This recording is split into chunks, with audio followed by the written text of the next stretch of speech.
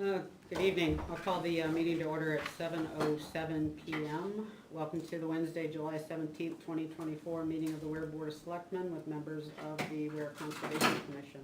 Please join me in the Pledge of Allegiance.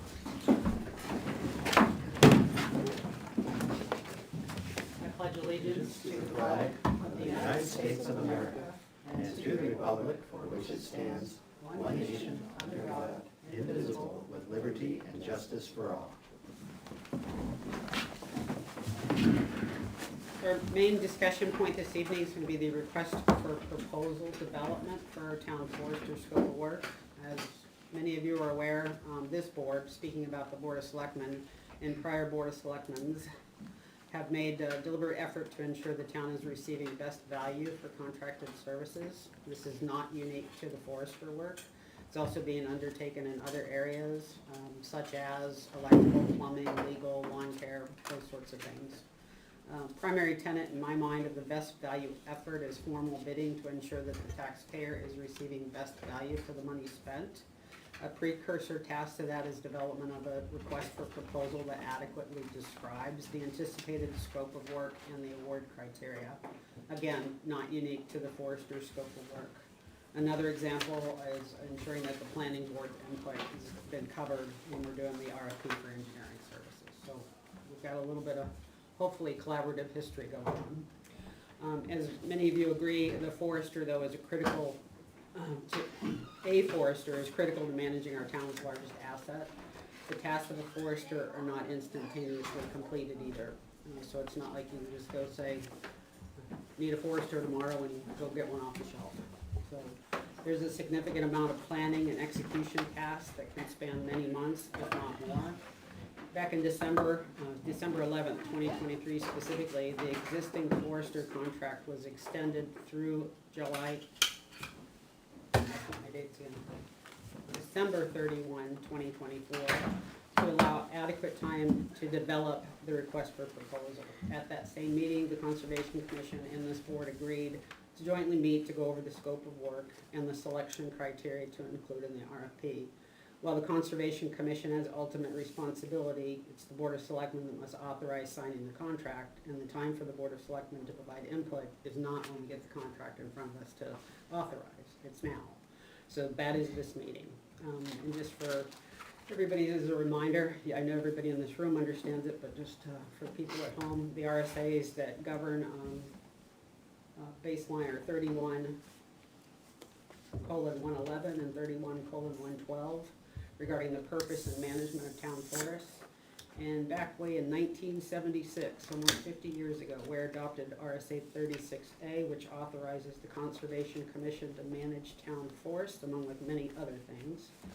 So with that as background for our audience and viewers, I'll ask Dave if you have anything you want to share before I kind of open it up.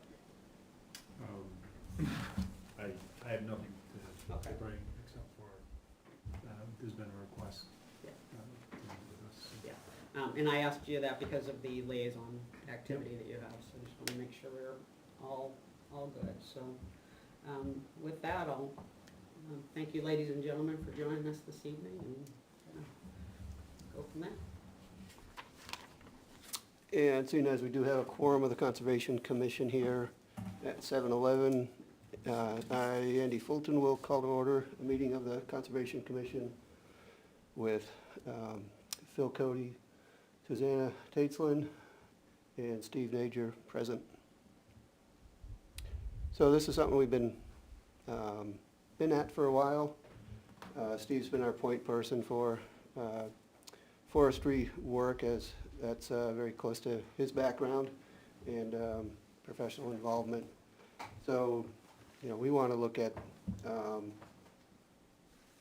the way forward so that we are secure in our contractor, our vendors secure in the knowledge of operating as a contract forester for the town for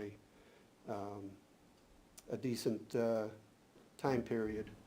I think you did allude, Janice, to the sort of the long-term commitment that a forestry management involves. It's not a quick crop.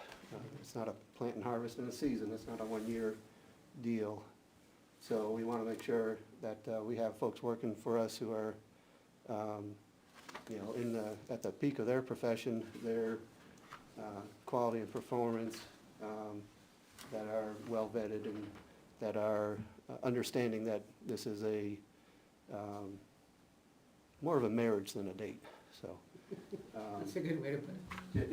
It's to have a healthy managed forest takes a lot of work, and we've been pleased with the outfit that's been working for us, and we want to make sure that we get good service going forward too.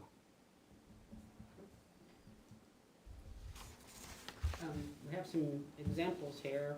I don't know if you guys have anything on paper or not, but I kind of got the impression this was more of a discussion than a review of actual. Right, we work weren't product. prepared, at least I wasn't, maybe Steve has something a little different to, bring a proposal. This is, the piece of paper that we think we ought to push forward and end up with a decision on it. This is, as you said, a time to discuss and to hash out what's involved and what the important points that we're aware of in service to the town regarding forestry. So I might kick it over to Steve and ask you, Steve, to just give a quick rundown on the management of the forest to this point, what we found, was it about 20 years ago or so, how it had been handled before, sort of the era of knowledge within the commission, and what your sense is, how we might be best served going forward. So when I joined the commission, I want to say it was around 2001 probably, or 2003, something like that, maybe 2003. We were in a lull in forestry. So my background's forestry. Went to UNH and professionally employed relatively in the field. I'm not a licensed forester, but that is my background. So my understanding up until that point is essentially the town had Bobby Reeve kind of run the forestry program, and it looked like it was mostly contracted to Bob Todd out of New Boston. So there was a lull, nothing was going on. So we kind of started it up, and we developed a request for proposal, back then. That was, so 20 years ago. And it was, I found a copy of it. I'm not sure if it was the final, but it was, it was pretty vague, but we had some specifics that we asked interested foresters to send to us. And I can remember sitting here selecting the winning firm, and what it boiled down to was responsiveness to the request for proposal. They nailed it, like exactly, and nobody else did.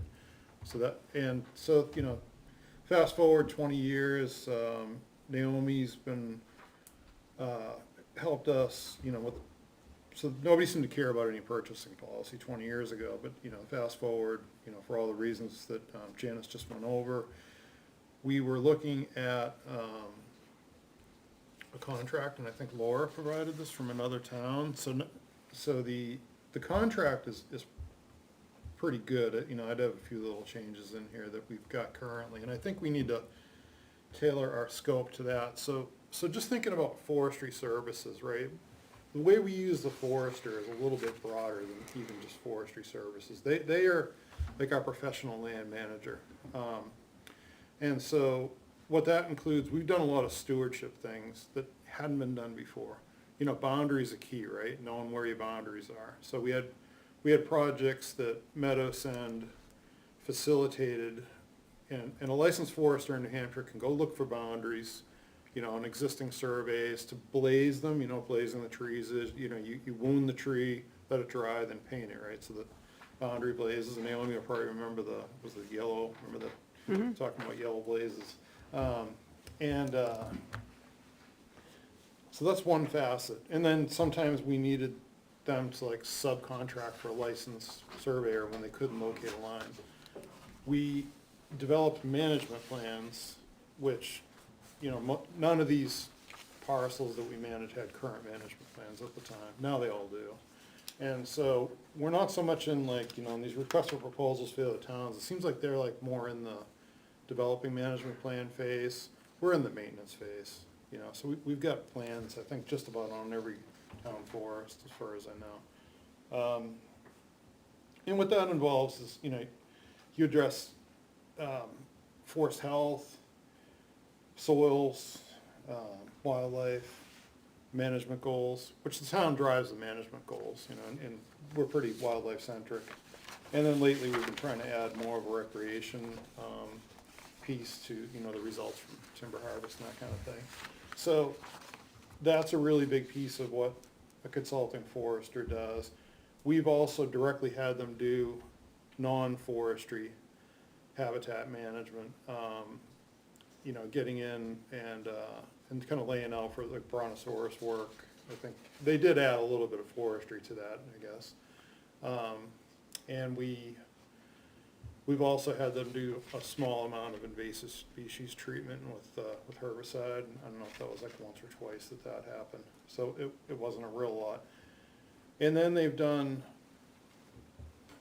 geographic information system, data stewardship, and so like people that aren't familiar with GIS, you know, they'll see a map, right? So to 99% of people, that really means a map. They're looking at a map.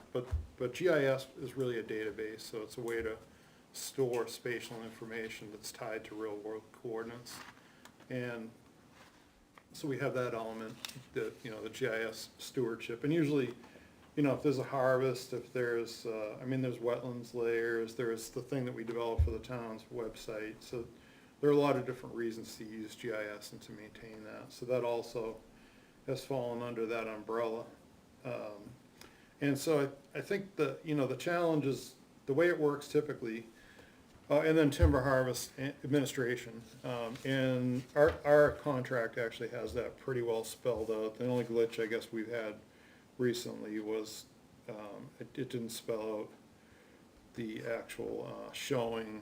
The time, a showing is like when you know, so you write up the contract, the town okays it, you know, you go out there and the log, you know, you walk the loggers around, that's a showing.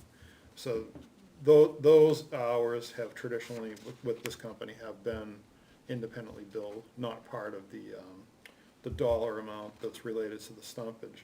So, and stumpage is the volume of timber that's coming off the property that goes out to bid, you know, so it's expressed either in tons, board feet, are probably the two most common things you're gonna see here. Maybe cords for firewood, if that product goes out as well. So those are the, you know, kind of the bigger expressions of volume. There are other measures, but they're not commonly used in this geographic area. And so some things are easy to quantify and some things are not. You know, what a forester charges you to administer a timber harvest on page 2, that's pretty straightforward, right? Logs, $5 per 1,000 board feet, you know, pulp chip, $1 a ton. Like we even neglected cords somehow on this one, so you can work an estimate of cords back to tons. That is possible. You know, there are calculations, but we didn't put that in there. And then they have project administration, you know, 20% of gross stumpage. So those are things that are very quantifiable, and that's really some of the biggest. That's where our income comes from. It goes in the town forest account from those harvests. So when you think about like what we're purchasing, what the acquisition is, you know, that's where it gets. This thing ideally is a handshake. It spells out how we're gonna operate, and, you know, I think it should probably be 5 years renewable, not competitively for another 5 maybe to make it, you know, so we don't have to go, 5 years is really short as far as forest management goes, you know, versus a longer term. So the longer the better, just to keep the management direction kind of going with whoever we select. So the concerns are, you know, we've got, that's quantifiable. We do, so when we do projects, so when Meadowson's foresters come in to brief the Conservation Commission, that's on the hourly. So if you have a, you know, a forester that you want to come in and explain something to the general public, which we think is a really good idea, you know, you gotta pay this couple hours for them to do that, right? So that's like that hourly line for the licensed professional forester. Or just, you know, we can go. We've used that for land monitoring also. We have some easements where the foresters provided us boots on the ground largely because we don't have a large trained volunteer cadre to go out and do these things. So,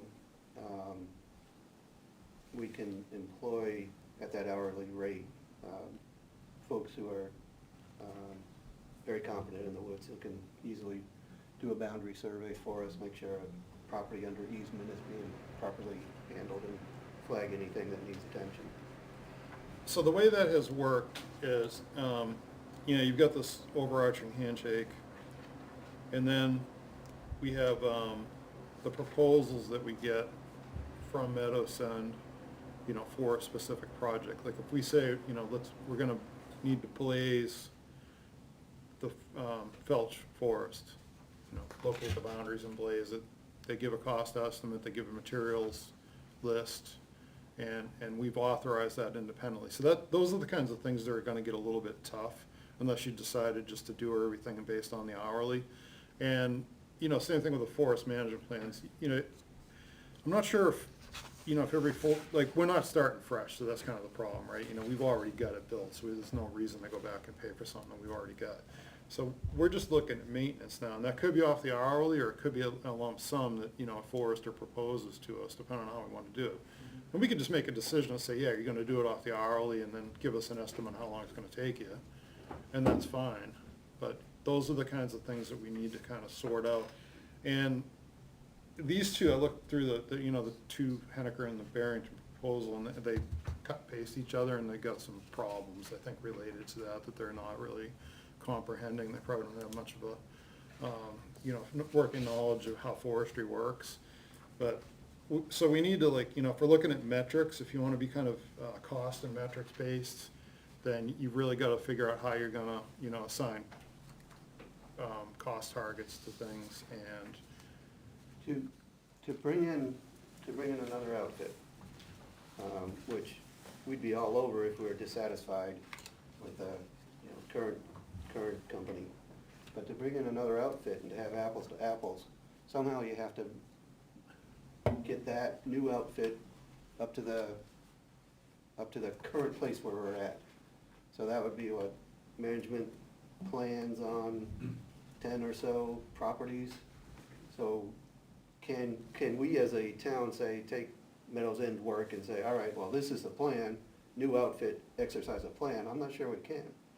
I think we'd almost have to have them cost out, what are you, maybe you have, access, or it's public record, you have access to that document, but you gotta develop your own plan for each of our units, or the units even within each of our forests, to get to this same place where we are in this maintenance phase Steve's talking about now. I think- Not So to that- get- that's a not to hard- get into the weeds, but Yeah. I think we, if I'm not mistaken, paid for those plans, and those plans are on the website, there. so they're our plans, aren't they? Yeah, I don't think that's what Andy's talking about, Janice. So I think what he's really driving at is familiarity with the resource Oh, and kind of the management decisions that went into those plans.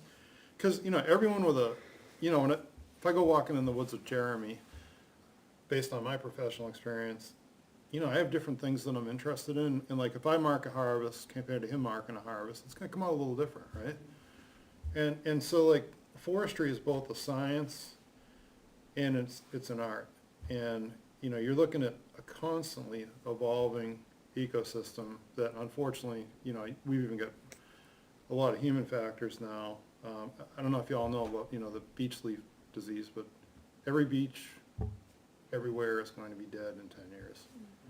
Everyone. And you think about that's a bear food, that's, it's unfortunate. So beech were really a majestic tree that beech bark disease was brought in over 100 years ago, and that really, made them less valuable, a lot of damage on the bark. But there were still some really nice healthy beeches in the woods. And now this is a nematode that came in from Ohio that looks like the genetics are pointing back to Japan. And so like if you look at it, you see like kind of these lines in a beech leaf now, a thick line. All our beech have got it. It's amazing. Within a year or two, it just came in. Yeah, and then the leaves all get this leathery thickness to them. I mean, so there's this constant evolution, right? We have Hemlock woolly adelgid, pushing in. got, Emerald ash is. emerald ash borer, so. Taking out a generation of ash trees right now. Yeah. They're gone. Yeah, so there's, so I think what Andy's getting at is just the familiarity part. So if we do switch contractors, then, they're gonna need to get familiar, and then they might have some of their own recommendations as we roll through updates, that might have been different. And we're all gonna be a little different as professionals, right? So, and times change, goals change, all kinds of reasons for change, right? So, yeah, I definitely see exactly, all the points on that. But I do think, like, what we need to get focused on is just, we've got a great contract. And I think there's a couple little tweaks in there. So, I mean, I don't know if we would want to attach that to the request for proposal. So we need to develop a request for proposal. So like, when you look at these two towns, they have like specific plans and units that they want done. And we're not, we're kind of like, we have 10 different plans, 10 areas, we're rolling through them over the years. So I don't know if we want to spell that out, because we're not, we don't want to do all of them right now. So we're not going to say, update all these plans. And then when you dig down through like their forestry management, like services, I mean, they just like threw a laundry list at it. So a lot of these things are plans that we all have in there, but you get down to 13, perform tree marking services for forest lands to be harvested. That's not a plan. That's what we've got in our contract. That's a price per thousand. They totally missed the boat on that. They both cut and paste each other. So I don't know who had it first and who decided it was a good idea, but that completely misses the boat. I mean, these are just pulled for reference. No, I got it. I'm just Yeah. pointing out that these towns, that, their approach is not like totally valid compared to like ours in the contract. Really important for you all to understand that, Yeah, and just to make it 1,000% clear, we weren't saying these are what you should use. Yeah, no, I just wanted to point it out to you, just so in case, yeah. No, thank you very much. In case anyone Yeah. thought this was easy, Yeah. I can point to the example of that's not easy, and that's a pretty glaring mistake. Because that's gonna be, so it's funny, right? It's not a direct cost to the town, because it's coming right out of the timber revenue. But it is our money, right? So it's kinda weird. We don't pay any money out to manage a timber harvest, except for like I said, the showing, and we do typically pay for, the paint. So that money, basically they account, so if they took in 120,000, they're gonna account for, the price per thousand of marking, and they're gonna account for their management fee. And then they're gonna mail the town a check for the rest of it, the way we've been doing it. And I know at one point Laura wanted us to get the check and then mail the money back to them, but I don't think that ever got implemented.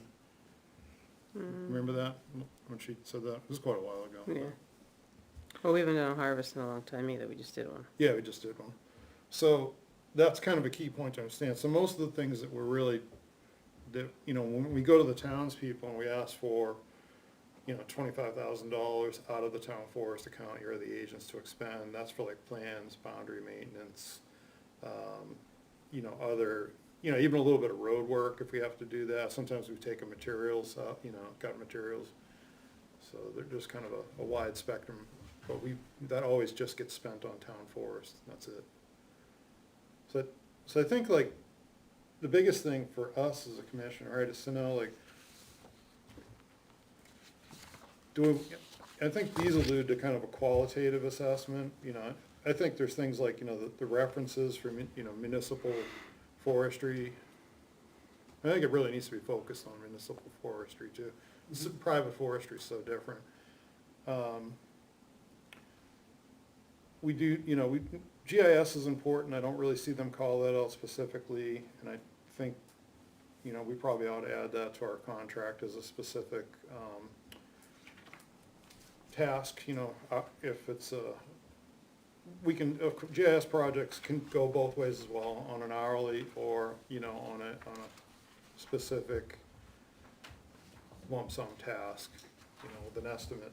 So what we've typically done, if someone like says, we're gonna develop this GIS map that's gonna go on the website, we'll motion to say, all right, up to $2,000, at the hourly rate, that we've agreed to, and that's your cap. So that's how those kind of get sent out, they're not, once this is in place, and there's no more competition, right? We're just issuing tasks off the agreement. So, I'd suggest that, I think the things that we really would end up looking at is qualitatively the experience that the company offers and what they have for in-house resources, references, examples of existing management plans, and then cost, both, I think we need to get our cost categories down, but the cost for marking, administration, then a licensed professional forester, and then subcategories. And if you flip over to the general services agreement, I was looking at this, so we've got, that's Article 3 fee schedule. A person would make some changes there. I think a licensed professional forester is a licensed professional forester. There's really no such thing as an assistant licensed professional forester. Once they hit that bar in New Hampshire, they're licensed, that's it. So what I would, what I think, just to kind of simplify things, is get rid of that, because I don't think it's used. I was gonna say, has it ever been billed? No, I don't think so. I think we're just paying for a licensed professional forester. And then, I don't know how we end up with summer. It was probably based on somebody else's on the forest tech. Yeah, I think you just ask for an hourly on technicians. Scratch summer. And then I would add, GIS is the other, like, GIS analyst. And just get it, an hourly there. So that would be like the hourly consideration that I think the town should look at. And then, we've got forest harvest, project management. I would just add, cords to that. I think we got it pretty well nailed, except for cords. That's under A. Is cords in there? No, I'm just saying we'd add it to the list, Yeah, logs, yeah. pulp, Yeah. chips, and then another one would be cord. Yeah, cords. So you got project administration. Let's see, then we do need to just clarify, I would add, just a footnote that the, probably the harvest preparation. Let's see, they've got, where's marking in here? Okay, so project prep, yeah, and then just, I would add, a footnote, just contract development and showing under the hourly. Just to make that clear. I'm not sure what you're saying on that one, Steve. Is that, you're suggesting a rate for contract development and showing, or a? No, I'm just saying a footnote that will be under the hourly. The actual writing the contract and the showing will be under the hourly. Because we've got the marking and the, so project administration's got its own fee. Marking, and the layout, that's under the project preparation. But that's where we got into that discussion that, they've been doing it that way. Or if not, we could put a footnote and say, contract development and showing will be part of project preparation, so adjust your prices accordingly. You can go either way. That's where we say, thank you, Mark. Keep reading tight. It's a good point, Yeah. Yeah, it's just the way we've been doing it versus what, this was from another town that, Right. So if I understand right, though, what you're describing, wouldn't that fall under forest harvests, which is under Article 2B? Oh, yeah, sorry. So, yeah, the numbering, you're right. So it'd be C under 2B, yeah. Yeah, you really should go, I'm just saying, like, you're suggesting put it under the hourly, but it's already spelled out under other project management, which 3C says quote on a project basis. no, it's not. Yeah, sort of the, under B, the C, which is different than the next C, the lowercase c, would just be a note saying, contract development and showing at the hourly rate, or will be at the hourly rate, or something to that effect. Okay, so then maybe even So it's not scratch, asking for a different number for bidders to put in there. It's tie that back to your hourly. That's hourly work. sure. Yeah, that's So a then good. would it be worth scratching forest harvests from 2B? On No, the that's top of correct. Page 2, Where? you're talking up there. No, Article 2, Yeah. Article 2B says for project management work. Oh, I'm in Article 3, sorry. Yep, so Article 2B, Yep. for project management work, and then I'm focusing on including forest harvests. But then 3B pulls forest harvests out of other project management work under C. So just, does it make sense to scratch forest harvests from 2B? Or even say excluding forest harvest, because forest harvest is gonna be spelled out under 3B. That's the fee schedule in 3B. Yeah, I think what we're possibly doing is trying to correspond the fee schedule A to something on page 1A, and it's not the same. Right. It's not this work, this price, this work, this price. Mhm. It's a list of work and a list of prices that don't, Yeah. Yeah. is that right? Yeah, they don't match up with it. Yeah, I got it. Yeah. And this was just, a contract that we had. By design or by, we need to work on them to make them line up better. No, I was just thinking that was the origin of the question. Yeah. It's here, so it Right. should be here. Well, the list currently isn't organized that way, the two lists. Is Right. that, or am I missing the boat totally? I think that sums it up, Okay, to avoid belaboring it. thank you. Yeah, I mean, we could shuffle some of those hats around, but I think we've got them anyway. But yeah, the fee schedule is probably, Yeah, so it might be better if you were trying to say, okay, what's the scope of work and what's the fee? Here's a table. This work, this fee, this work, this fee, or this work isn't covered. yeah, I mean, it won't end up being like that though, because we've got, things that include, yeah, What Article 2 is trying to do is saying you got two different types of things you're gonna be paid for. One would be, if you attend a meeting for 2 hours, we're gonna pay you for 2 hours because we asked for the meeting. That would be under Article 2, letter A. yeah. But if we want you to do a project for us, whether it's a GIS project or whether it's something boundary related even on conservation land that is not town forest, then we wanna see a forestry services agreement for that. So we don't, for Article 2, letter B, capital letter B, that's referring to the FSA, which is the contract for work execution, which is another level, or the final level of contract for a project, which is different than this overarching, in generic terms, as Steve's been saying, handshake agreement or contract.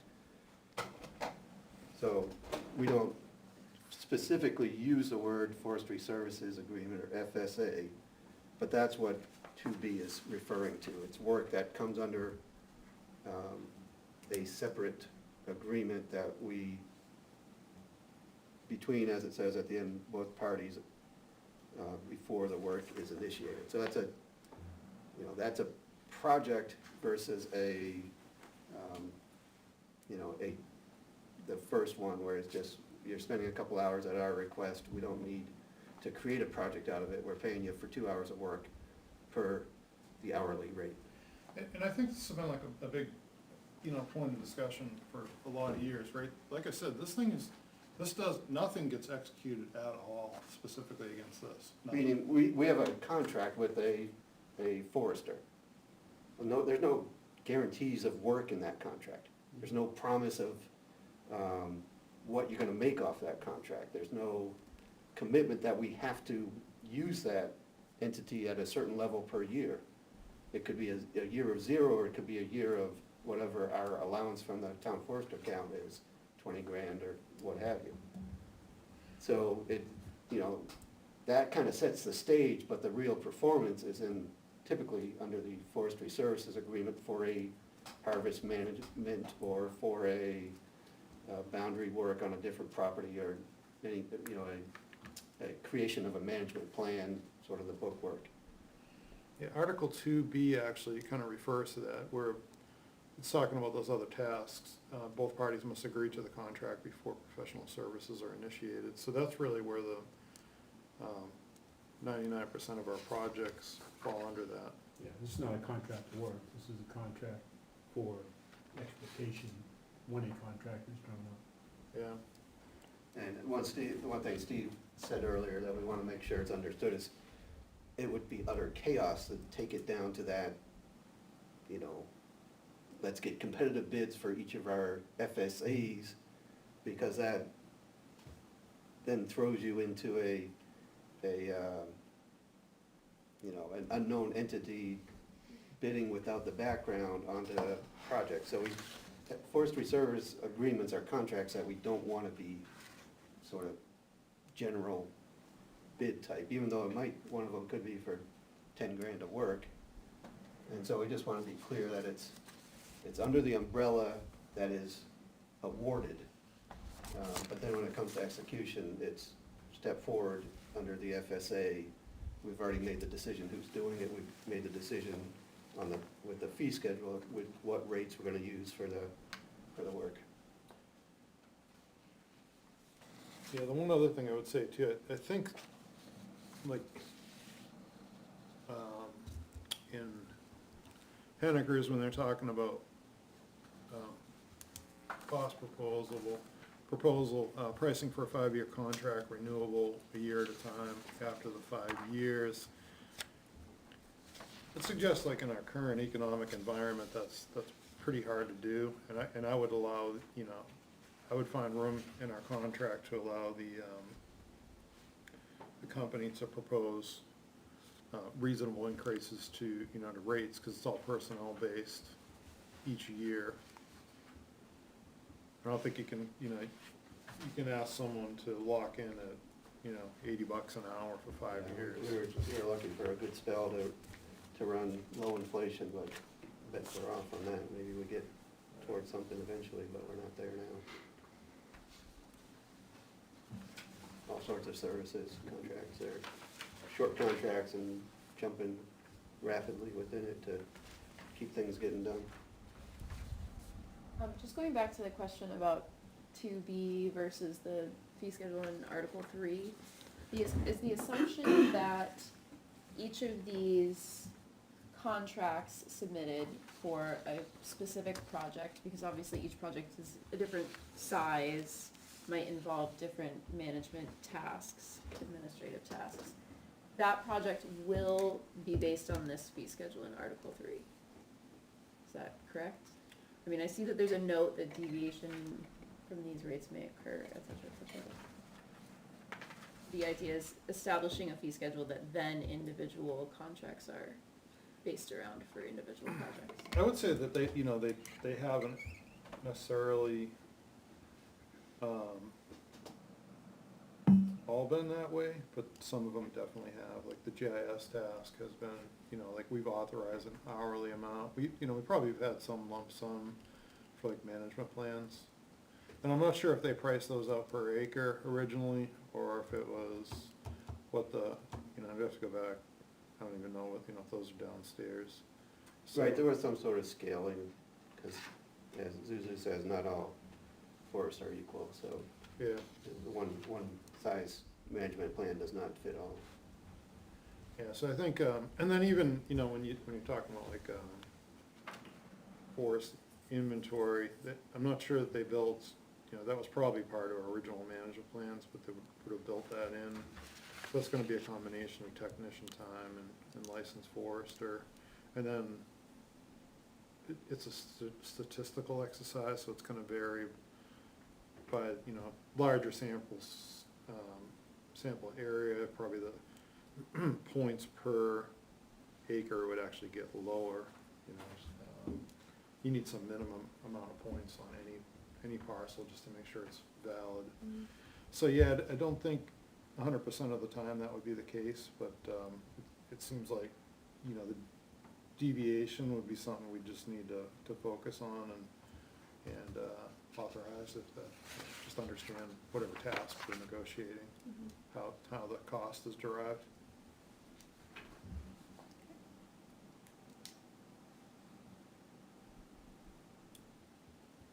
So your FSA forestry services agreement, those are what's in place, is that same maintenance agreement, is that going to be the same thing, or is it separate, or? But it's ongoing,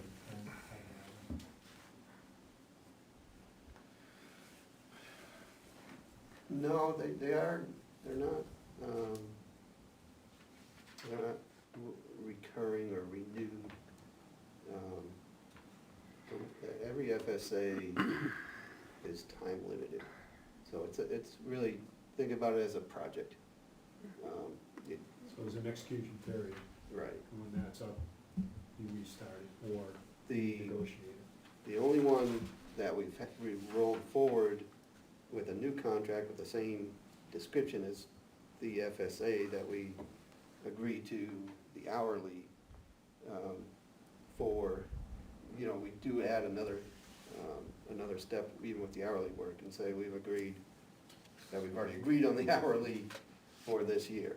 So that might be the spot where, with the stresses of inflation, things like that, where we might have to go to a new rate in the next year on that hourly work. Hey, And those are the ones that we just approved renewal of last week at our meeting. Those are hourly FSAs, which is a yearly, covering a time period of a year. So that gets back to, these numbers here that we need on a sort of an entry level for a bid. How do we compare those numbers, apples to apples, across bidders, and then carry them forward with the understanding that, we're not looking to say you must enter a rate that you will honor for a 5-year time period. There has to be some understanding that there is a negotiation and ability to, address changes in the marketplace, even if it just changes for labor on some sort of increment shorter Could than actually go 5 down, years. too, In theory. in theory. is that 1920 something, 29? 33. Yes, the bottom fell out, nobody was worth anything anymore, yeah.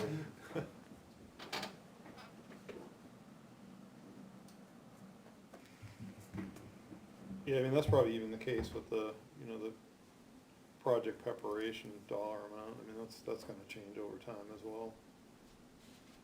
The 20% gross stumpage, I mean, that should never really, there's no reason for that to vary, I mean. Now, is that an industry standard, or is that just a corporation standard, so that that would be a,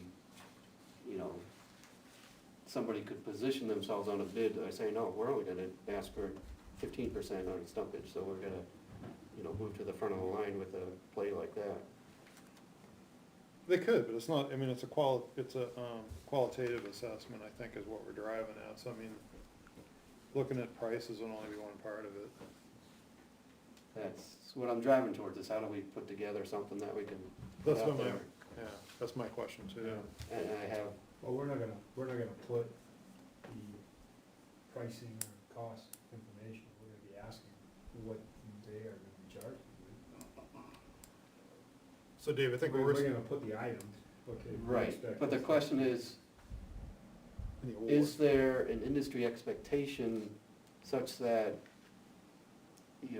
reasonably, you're gonna expect everybody's entering that number around that position, or are we gonna set ourselves up for, well, somebody's just new to the region or new to the field, a young upstart, and just gonna come in at, half the industry standard, because I don't have the work and I need the work, and I'm going to, move myself up in the bid ranking because I'm aggressive on that number, which is great, as long as the rest of the pieces fall into places and we're not skewing the evaluation based on something that maybe doesn't incorporate the full value of what we want from a contractor. So I just don't know whether that 20% is just about everybody's using it, or whether it's tweaked all over the place and different outfits are known for. I think it's pretty close, 15 to 20% is pretty close. But I would think that, sorry I'm late, but I would think that, you know, this would come with a request for a list of references. That certainly would tell us if someone comes in at, $10, 10% rather, but they work for one town or no towns, and somebody comes in at 20 and has a list of 45 towns, I think that would make a difference, So Steve was I mean, mentioning. the whole exercise is to get dollar value for the town. It's not because we're dissatisfied with where we are with the current. Oh, I agree, and I think it's so, so we kind of have an idea what we're gonna pay over the next number of years, and I'm not sure how you handle inflation either. I know on the trash contract, they put an inflation rate per year for the next 5 years. I don't know, I'm not saying that's what we want to do, but that's an example of, Now, you're saying that was something key to whatever the official inflation rate is eventually, or is it? no, that was what their escalation rate was, so. Was a flat fee. Official. Not saying that's how we ought to go, just using that as an example. So, I mean, I really think I would argue against that and then just allow the commission to negotiate it year by year. But when you look at, the big picture, really, like I'm trying to say that a lot of the money involved in this whole program is related to harvest administration. It's not really money we're throwing out there, but it's our money. Mhm. It's our timber, it's getting cut. That's where a lot of the money is. That's where our revenue comes from. Yep. A lot of stuff like, was a one-time sunk cost, like figuring out where a boundary was and nobody moved for the last 75 years, right, unless we get a new parcel. So a lot of that stuff is already taken care of, and now we're in like a maintenance mode. We're talking about kind of maintenance mode plans versus like these other towns that look like they're developing Mm-hmm. plans for parcels. So I think, the towns, like the cost proposal sheet is a good place to start, but I think what we're asking is that, or our suggestion is, we don't really want to have an award based on costs. I think cost is a component, we just want to, that was the big question, big reason for having this meeting, but we need to look at municipal experience. Yeah. What that contractor, I'd be more interested in, I wanna know what that contractor has in-house, not what they're gonna go subbing out, do they have a GIS analyst? What has their experience been with plan development? So typically, we've asked for, I think in the past, we wanted 3 municipal management plans, we wanted 3 references. I think we'd probably expand the questions a little this time around and talk about, experience with GIS, with forestry, maybe even with recreation development, right? Because if we're throwing more, there's more interest, and we're trying to tailor our harvest to leave, potential for trails when we're done. So, that's what we need to know, like, do we have that latitude, are we gonna award this together? Like, so, I think we can kinda tweak, like, what we've got here, tailor it more to the town, kinda fix some errors in there that related to, differentiating different tasks, and then, ultimately, like you're saying, Benji, we would have, something like the sheet on the back that says, what we've got, and then we're looking for at least, 3 contractors to run the back of the anchor one. They just got 3 references, but, we wanted management plans in the past, and, we want references. I just was thinking, for instance, we put out a different RFP and looked at them last week, actually, or a couple days ago, actually. And some of them listed, and it showed you, 35 years for this municipality, and I think that'd behoove the companies that were bidding to list all those, in number of years, and that would help. So it isn't all about money. A little bit, I would like to see whoever bids, I would like to see a locked-in percentage rate for the timber harvest from all the companies, whether they bid 10%, 20%, would like them to You're talking commit. on the stumpage. Yeah, I'd like Yeah. them to commit to that number for their contract. Right. But, doesn't mean we gotta go with the lowest bidder, but at least if we pick them and they're the highest, we know that they're not gonna be over the 20% or whatever. Right. But I agree. think they ought to throw Very in low. as many references, or at least as many names as possible, and the number of years that they've worked, that'll be a huge deal between the highest and the lowest if there is that problem, you know? If you see someone that's got 25 towns at 20 years or plus, But, right, and I think You know what I mean? fundamentally, you know, an outfit that has one licensed forester versus one that has 4 is a big difference. somehow put in there, you know, list all their information, list all, you know, everything you got, then you can compare them you know, I don't know if we can put it in there. One thing that's come up is, obviously the hourly rate, when you mark lines that pertains to a timber harvest. Yeah, so if you go back, Benji, you missed that discussion. Yeah, sorry about that. So in Article 3, sorry to just run back through with him on Janice. Oh, sure. That's what, Yeah, Article 3, Benji, so on the contract that we had drafted up, here's my suggested tweaks anyhow. Okay. That first item, licensed professional forester, we keep that, you know, get the hourly for that. Strike that second one, there really is no such thing as a system licensed professional forester, either you got one or you don't. Okay, Forestry technician, that summer thing came from another town accidentally, it's just forest tech, whatever their hourly is, and I suggested add a GIS analyst, get an hourly for that, so that'll pretty much cover it. And then when you get down through so we get on B, the big B, we got, project preparation, so that's gonna be your, you know, your marking, what you're gonna charge for, per thousand for pulp, and then we did, talk about adding cords to that, and then, you know, the understanding there is, I mean, typically, we've paid for materials, maybe we need to say that, you know, like pay for materials, which is just basically the paint, and then, so you've got, and I think that's gonna be subject to, you know, to change over the years, you know, cause that relates to how much you have to pay people, you know, Right. about their market. But I mean, if you're saying like the project administration B, we just hold that steady through the whole contract, that makes sense. I was just thinking, you know, because I know we mark lots often that are not gonna have a timber harvest, and that would fall under an hourly rate or project rate, but don't want to pay a high hourly rate to go mark something and then 3 months later decide we're gonna have a timber harvest on it. That ought to be part of the timber harvest, to mark the boundaries and things like Yeah, I that. don't think we really had that come up. So then the other, And then wouldn't, you said you're gonna have a different price for a chip, wouldn't it, the 20% per se be across the board, no matter what the stumpage is? Whether it's chips or, that's project administration, no, so there's, you know, there's project preparation, which is going out there splashing paint around. yeah, And then there's project administration, which is actually administering the harvest. That's the difference. so that's one where, that way the contractor gets paid for the effort of preparing a harvest.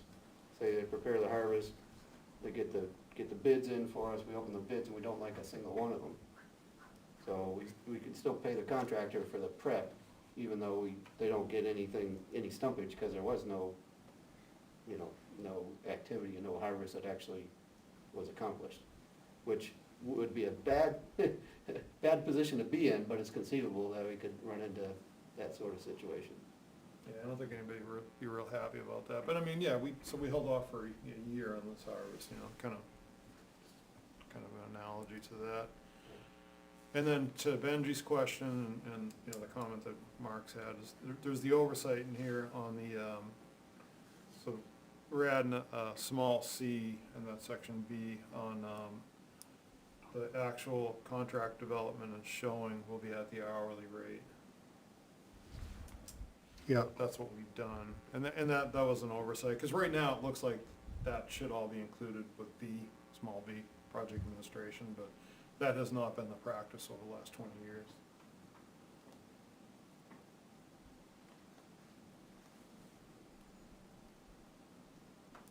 So to get every contractor on the same page, I mean, that could, that could make them vary their administration fee if they know they're getting, some of them maybe threw that in and some didn't, or maybe, As I look at that, Steve, shouldn't it probably be then, shouldn't we change it to, A is project preparation, B being contract development and showing, and then C being project administration, just to follow sequentially in yeah, sounds the good. order of development of a harvest? Yep. Sounds good. Yeah, I didn't realize there was a separate price besides the gross stumpage price. I thought administration and paint and everything was all under that percentage. Oh, No?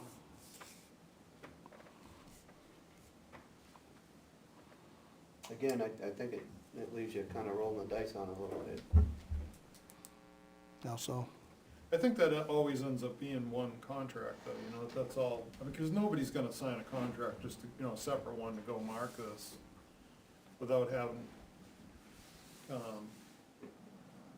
the thought that they're gonna administer it, cause that's where all that money's coming from. No one in their right I mind. hope would it do- doesn't happen again, but it's conceivable that, again, you have a project that doesn't go through or doesn't get through to the harvest stage for whatever reason. So I think what we're laying out eliminates that, potential jam or possibility. Well, how do you know? You don't know what the stumpage is till it's caught. The nice thing about that percentage on the stumpage is that drives them You to know the get the next percentage, price, right, yeah. you don't know the totals. Right, Right. but they're gonna market that. But you said that for the administration, and if it doesn't get caught, they still get paid. We don't know what the stumpage is.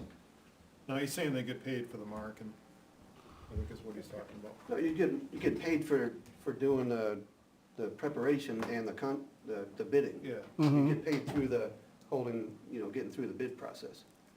And the administration, Well, one's for project preparation, which is by volume, and project administration is by volume.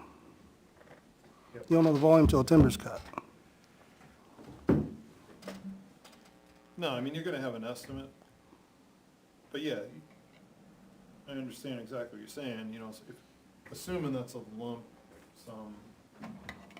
If it's a lump sum harvest, you will know the volume when you contract it. If it's a mill scale harvest, you will not know the volume Right. until you harvest it and get the scale slips. Right. So you can do it either way. You guys are tracking on that. So, Forester marks 200,000 board feet of white pine.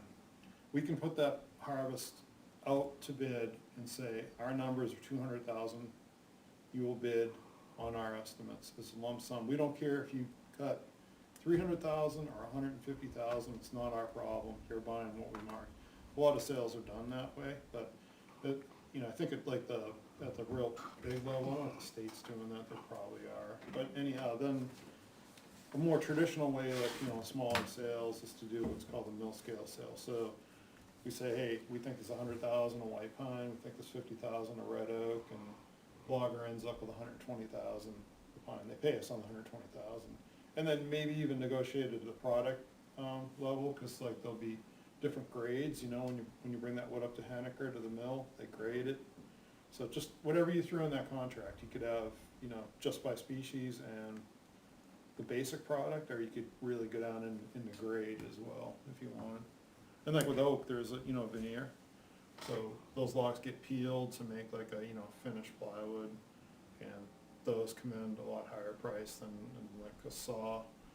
So oak that's sawn, that's based on like clear cuttings where there's no knots, that's how they get their grade for that.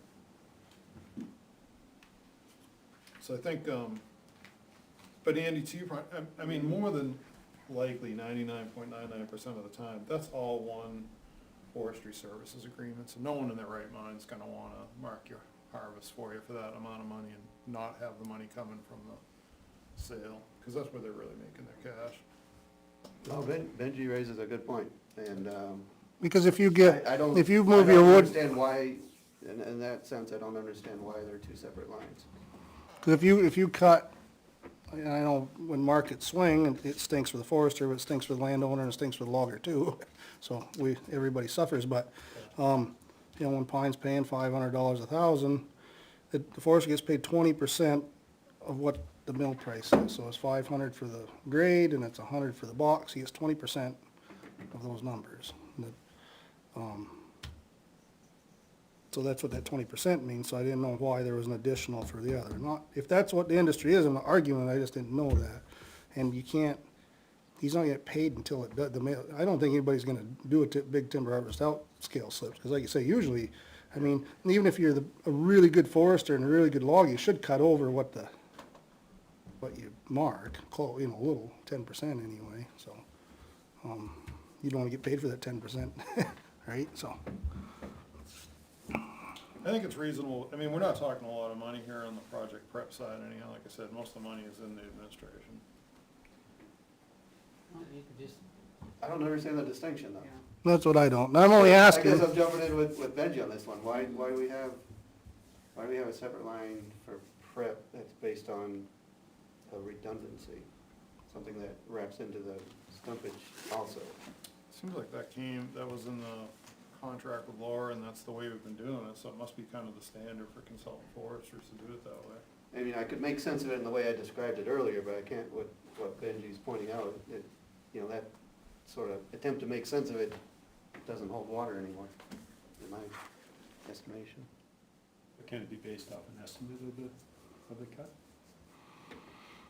I thought the front end would be based on that estimate. I think that'd be dangerous for all parties, really. Might be, yeah. You know, the forester, if it's undercut, then he loses and vice versa, but.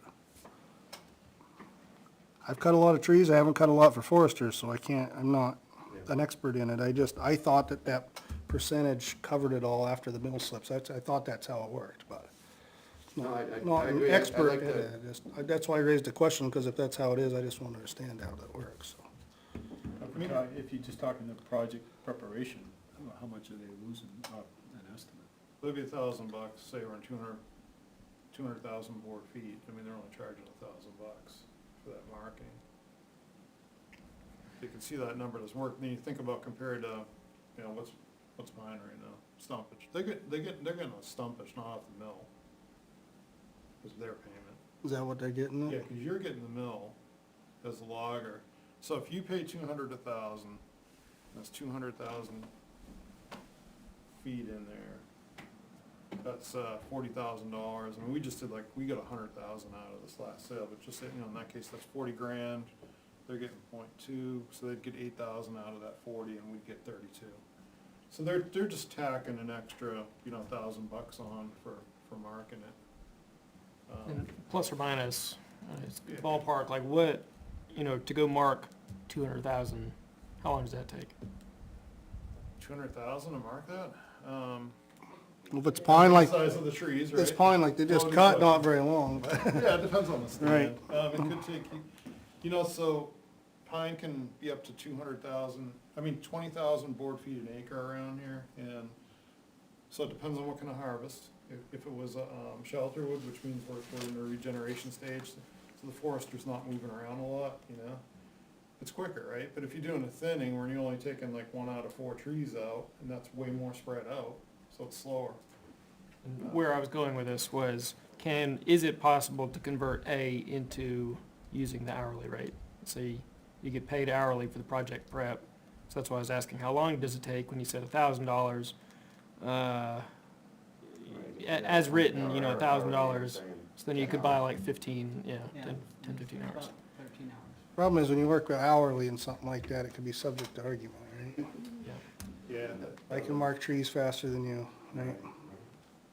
So if I was gonna do that, I would push it into the percentage of the overall stumpage and let that number move up, but I think you're gonna pay more doing that. Well, I'd be but interested to see can't what the solve overall problem. percentage would be for the total thing. That's what I'd like to see, and I don't, When you say you'd like to see that, you'd like to see what folks come at us with yeah.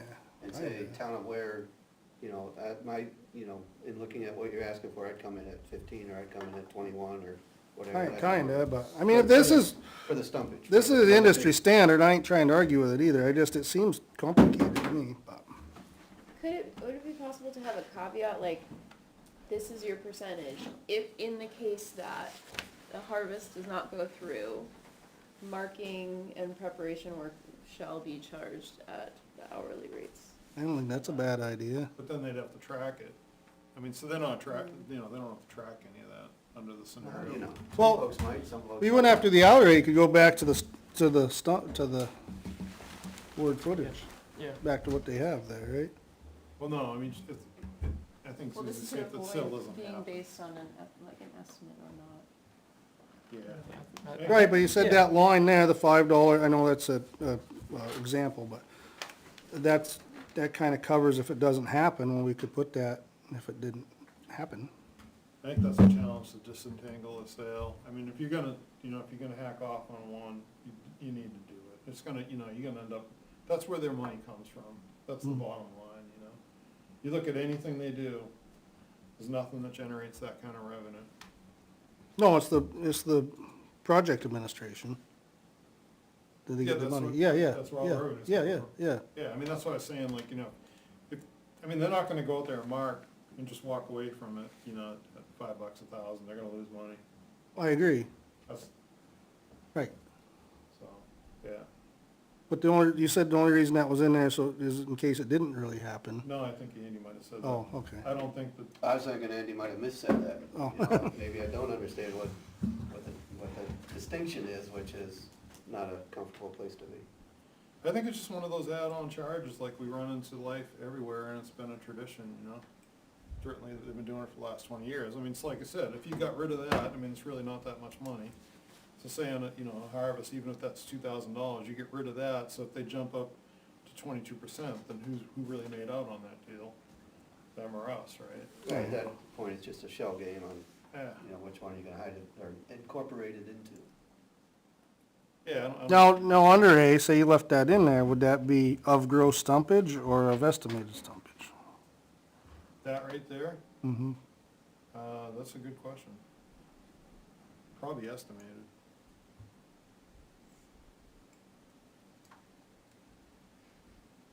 Or since we're hoping that this is very rare, can you just make it a fixed dollar amount? Say, $1,000. If it, it's not gonna make up, I understand that they're making most of the money on the administration, but as a token of goodwill or something, just, if it falls through, here's flat rate, and it won't happen very often. Yeah, I think that's gonna raise concerns. I mean, if you sign on to do a harvest, you're doing a harvest, at some point, even if it gets delayed for a year or two because of markets or whatever else. So then does that mean you feel it would be safe to just strike that whole A, project preparation section, because it's gonna happen? I would leave the whole thing alone. I think it's fine the way it is. So here's another one to think about, the real deal in town here. And I unfortunately don't have the answer to it, but, we did a lot of project, or harvest, preparation, it seemed, up on the eastman, up in the northwest corner of the eastman. That hasn't worked through to a harvest bid, certainly, or a harvest, so, the Dias was doing a lot of work out there, a little bit this year, but mostly last year, maybe even the year before, that they just have to eat until we get a harvest, and then they get the reward for doing the work, or was that? No, we paid them, that was just all planning. That was on the FSA. I don't think we signed out an FSA to harvest that. Because we don't, we said we were wrapping it up. There were no more active FSAs. The only active harvest one was this. So I don't know if we never got anywhere and just, that might have been what happened. We started So was that- FSA, we paid on the hourly. There was no marking ever done. We were out there looking for access. And then this whole other So thing. you're saying that never got to this Yeah, it never got to the, forest harvest project management level no, or step? no, we were looking at, It was all- access. Like pre-planning essentially. Strategic work, not tactical, we're going. Yeah, I never got that far. I think we might have pulled it back and just said we'll pay you for the hourly, cause we never got going on marking or any of that. But what I'm saying is when you get a, harvest out there, it's marked, it's, you ought to be cutting that, cause that's where the money's coming from. We had probably 10, we were looking at like the driveway permit issue, Mhm. we had that huge gully we were trying to come out on 114, which was gonna be a fiasco. Except they found the neighbor who might work with us. Right. So, and then we agreed that we were just gonna wrap it up under, so we'll pick that back up when the new. So that one- Technically, that one's on hold because what we're doing right now, wrestling with the longer term, contract situation going forward. Right, but we never got, We intentionally put the brakes on it because we didn't want to start down the road with somebody who might not be able to finish out the work under the one-year contract. yeah, and that one was turning out to be a lot more challenging than anyone thought it was gonna be as far as the access piece goes. Okay. Cause the fill was gigantic. It was like bordering on ridiculously gigantic. Remember we went out and looked at Yeah, I know I couldn't join you, but Oh, I you do weren't recall there. the report, and that's what, one of my suspicions on the front end. All right. So, sorry, folks, so the numbers here, just for example, right, obviously, this is going out to bid, right? So, if you left project preparation alone the way it is, and project administration alone the way it is, we could see what bids came back at, right? Yep. If we didn't like it, we could tweak it. Yeah, just because you put it in the bid that way doesn't mean I- that that's the way you're actually. I'd like, I wished it was all under one number, but if that's how, I don't know. I wouldn't mind, I wouldn't mind the caveat saying if it didn't happen, you'd get paid that rate, estimated amount, but if it's going to bid, I mean, somebody might say it's part of the percentage, or it might not be $5, I don't know, so. Do we trust our forester enough to ask him his opinion on this? What this should be? I don't know if we should on a contract, that we're developing, that they're, there's other places we can reach out to, like Cooperative Extension, the county forester, just to see what they're seeing. But I don't think it's fair to, talk to the prospective contractor about development of a contract that you're. So on what we need to would there be a line for, forest management plan preparation? No, that would be, Even, I think you not would- anticipating. yeah, I think you would want that, you may wanna call it preparation and maintenance. And because if we acquired a new property, you would want a new plan. Right. So you wanna have that work scope covered and know which bucket of money in terms of cost it's gonna come from. it comes from the forest account, right? No, I didn't mean bucket of money as far as payment, as far as cost, which bucket of services would it be charged at? So it's a line we can compare between, Right, if you get a new property, you're gonna have to start from scratch. right. It's not a huge percentage anticipated of the work, but it would be a place where we could evaluate one versus the other. Somebody says, oh, it takes, $250, somebody else says it's 2,500. Somebody else says 25,000. Yeah. Probably Right. begs some questions about their understanding of what we're asking for. So you're talking $500 every 100,000 board feet from under that market. Well, for project preparation, that's all $5 comes out to, right? Figured that, right? $500 every 100,000. Yeah. So it isn't a massive amount, it just seems clunky to me, that's all. I'm steering over that direction with you. But I mean, So, it isn't a massive amount of money. I tend to think alternately that,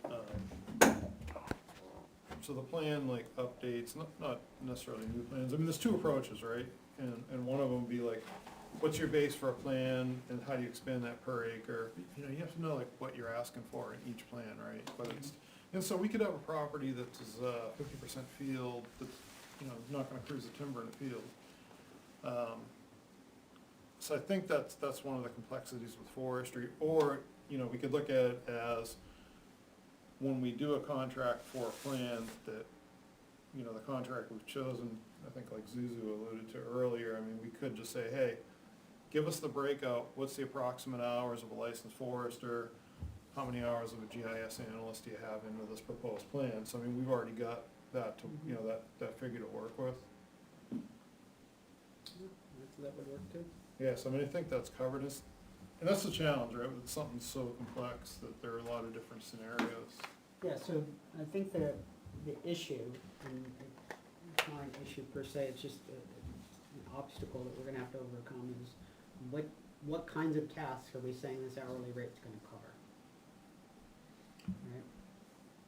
Yeah, right, so I So mean, you've gotta have a list of, these are the kind of things that it might be, so they know, is that, you know, Right. in scope for that amount or an out scope for that amount? So it may not be a service to use, but Right, but there's a it could be, potential that it there could be could be something. I'm not saying you wanna throw everything in the kitchen sink in there, but you guys have a pretty good idea, we do these 10 things on a regular basis, and we do these 2 things We want an hourly, rarely, but they do happen occasionally. we want an hourly rate for Yeah, that. so what are those 12 things? And I'm just making up numbers. yeah, I mean, almost everything we do right now is licensed professional forester, and then just some GIS projects. They haven't even been using technicians that much lately, cause they've been having trouble, you know, really keeping good Getting techs. So, I mean, almost, you know, every single task there, you know, licensed professional forester, you know, conceivably could do that. And you're gonna see, you know, smaller forestry firms where that's the case, but it's 1 or 2 people deep.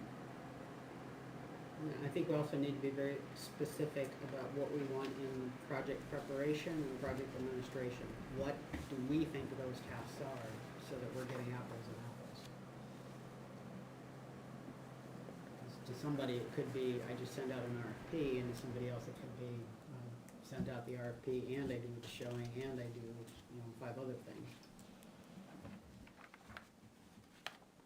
So we've got that on the hourly, so you No, know, if but- you're talking harvest, we're just talking about that contract. Just in general.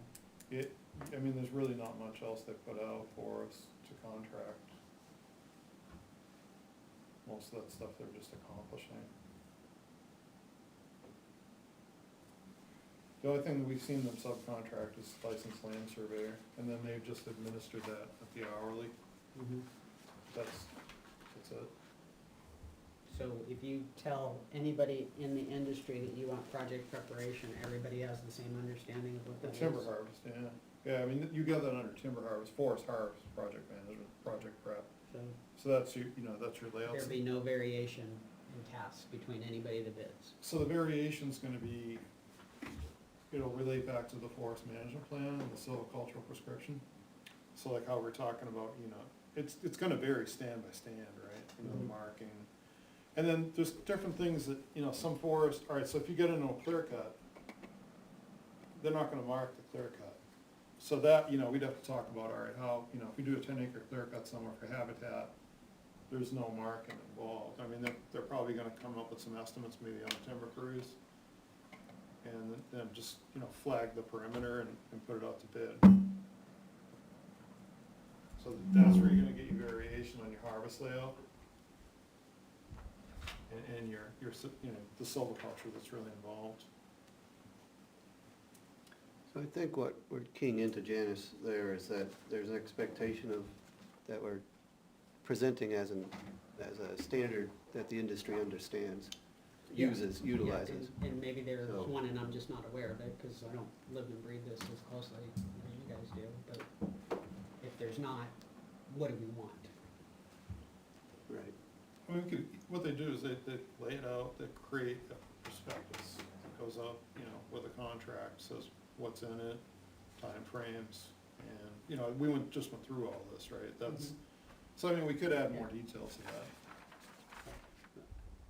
If you need to, Define terms. if you don't need to, it's just make work, I'm not trying to make work for you. Yeah, I mean, I don't. I just wanna make sure that you're getting 3 bids in and you're trying to evaluate those bids, you know that anybody that gave you a price for preparation, they've all quoted the same tasks. Yeah, we don't wanna, you know, by chance take low bidder and find out they only do half Yeah, what the high bidder they did. didn't realize it was these other 3 things that we assumed that they knew. You know how we can tackle that is make them give us 3 timber harvest Yep. contracts and prospectus. It'll be all right, yeah. just to see what they do, you know, cause people can have different ideas and some of Sure. them might be good that we don't know about Right. instead of being Yeah. prescriptive, you know? Yeah. Excellent. So you got, you know, 3 plans, 3 References. harvest, prospectus and contract. Just hate for somebody to get in that isn't gonna offer the level they want, you know? As simple as paving seems to be, when I put it out, I spec a 10-ton roller, you know, rubber tire roller, whatever, you know, everybody that's reputable uses one, but doesn't mean you gotta. You know, we give it to you, the driveway roller, don't get the right compaction, well, it wasn't in the bid, so I can't hold your feet to the fire on that, so. So, whatever you guys think would be, you know, we should define, would just think about that, that's all. I don't have any examples, just put some thought into what you might, you know, if you think there's something that somebody might take for granted under that category, that's all. And, you know, this is back to again, the whole central part of having a meeting. At least to me, it's way more important knowing that the company has been professionally successful rendering services to municipalities, and the municipalities are happy with their work, than the cost is. Because we could have someone go out there and create messes for us and contractual headaches that was cheaper. You know, so I think there's that qualitative aspect that's really key. And then we wanna have companies that do good planning, right? You know, that have a good vision, good suggestions for what the town should do to meet our management goals. So, to me, that qualitative part of this whole routine is very important, so just wanna try to make sure that everybody's on board with that idea, and then, you know, how do we come up with sort of that ranking when we open these things up? Right. Well, the best thing is to come up with it before you even put it out. Right, And right. tell them, this is the most important thing, this is the least important thing, and this is more important than that, and that's more important than this. Kinda put a little bit of a grade system together like you did timber harvest. I think Create that's the something. next step after we got a work product out of this meeting. We gotta take that work product and take it to that next step and start. Well, if you show us 25 towns that you worked for 25 years that's super happy, that gives you a 10, Right. right? Versus on that on element, that thing, you know what I mean? But that'd be something for you guys to draw up, you know, you'd know more about that than us, but. And there's I probably a would list think, of I would things think that are ranking was broken not down. the money would definitely, You know, They're licensed in New Hampshire, or If you're not- don't tell me you're gonna get there in 6 months or They've had at least 10 whatever. years of experience, whatever that list is, right. you can develop you know, if you don't have these 3 things, we're not even looking at it. Right. And like I said, you guys developed that for the last timber harvest, and I definitely think something like that would Yeah. be good for this. Did you email these around, Okay.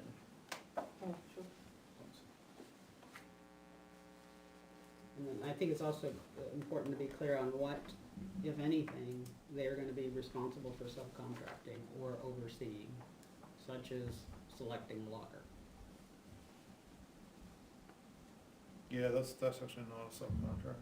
No, but is it in scope or out of scope for them? Do they select it, do we select it? No, yeah, we do. Yeah, I think it needs to be clear. Cause they may think that, you know, they can, you know, get this guy that's a, you know, low bidder and they pay him, but they only pay him half of what they should have paid him.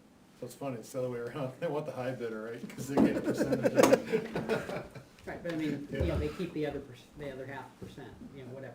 You know, the way it really, like, the way that it kinda works is that, I think in private forestry, that a forester is gonna key in on the loggers that give them the best performance and try to keep, you know, reusing them. And steer, cause that's where your real liability is in forestry, right, is that having damage to the ecosystem, getting fines, getting forest and lands or the Wetlands Bureau on your tail. So I think that they probably, you know, key in, much like we're keying in on not only financial, but performance-based issues. Yeah, but if putting out RFPs to loggers is part of the preparation, we need to be specific, and they don't select it, we do. Right, yep. And that, the one I think that fits that sort of situation, there's the surveyors. That All that happens, kind of that stuff, happens yeah. commonly. Yeah. Almost every year, we're talking about, well, we gotta resolve this. Jeremy will tell us, well, I have had good luck with this, that, and the other surveyor. And then it's, well, how big's the project, what do we need to do to get to that selection? And it's, I think it's in consultation that we've agreed, or he's picked out a couple numbers and shared those with us. So-and-so will do it for this, and so-and-so, he'll collect a couple estimates, and then we can work off of that. But that's common in the forest management business, to have to reestablish bounds where they're just not found. And we've even gone, had somewhere we've gone the next step where it's dispute. And having a competent forester that can help you through a, land ownership dispute is valuable, very valuable to the town.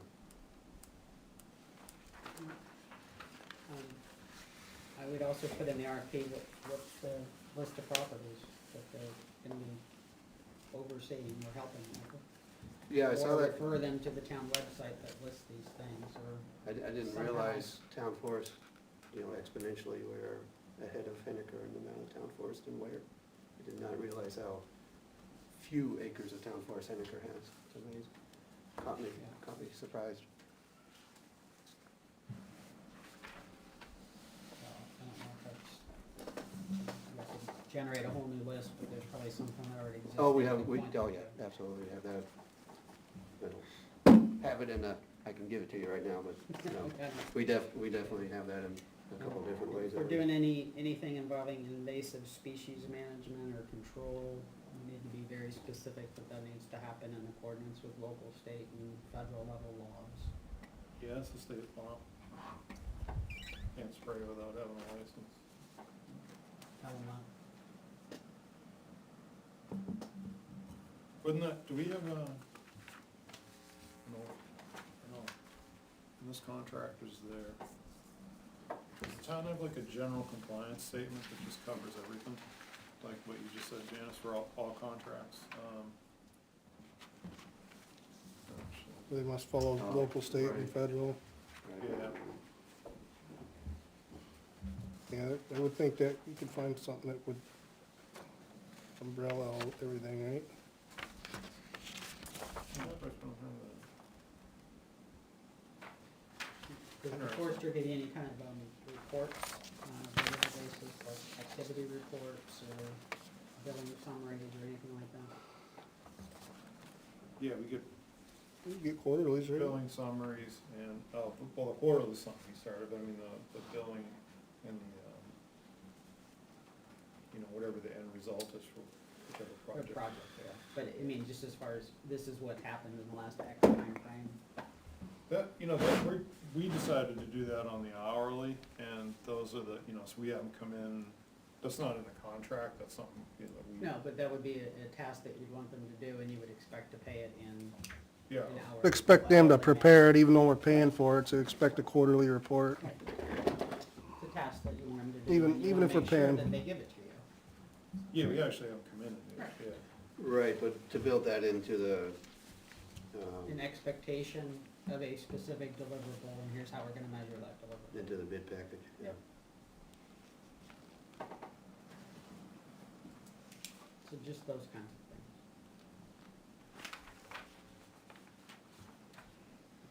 And then I'm just, what is the most important thing? What's the second most important thing, the third, fourth, or maybe even the fifth? And that's your weighting on your evaluation criteria. And one of those is gonna have to be price.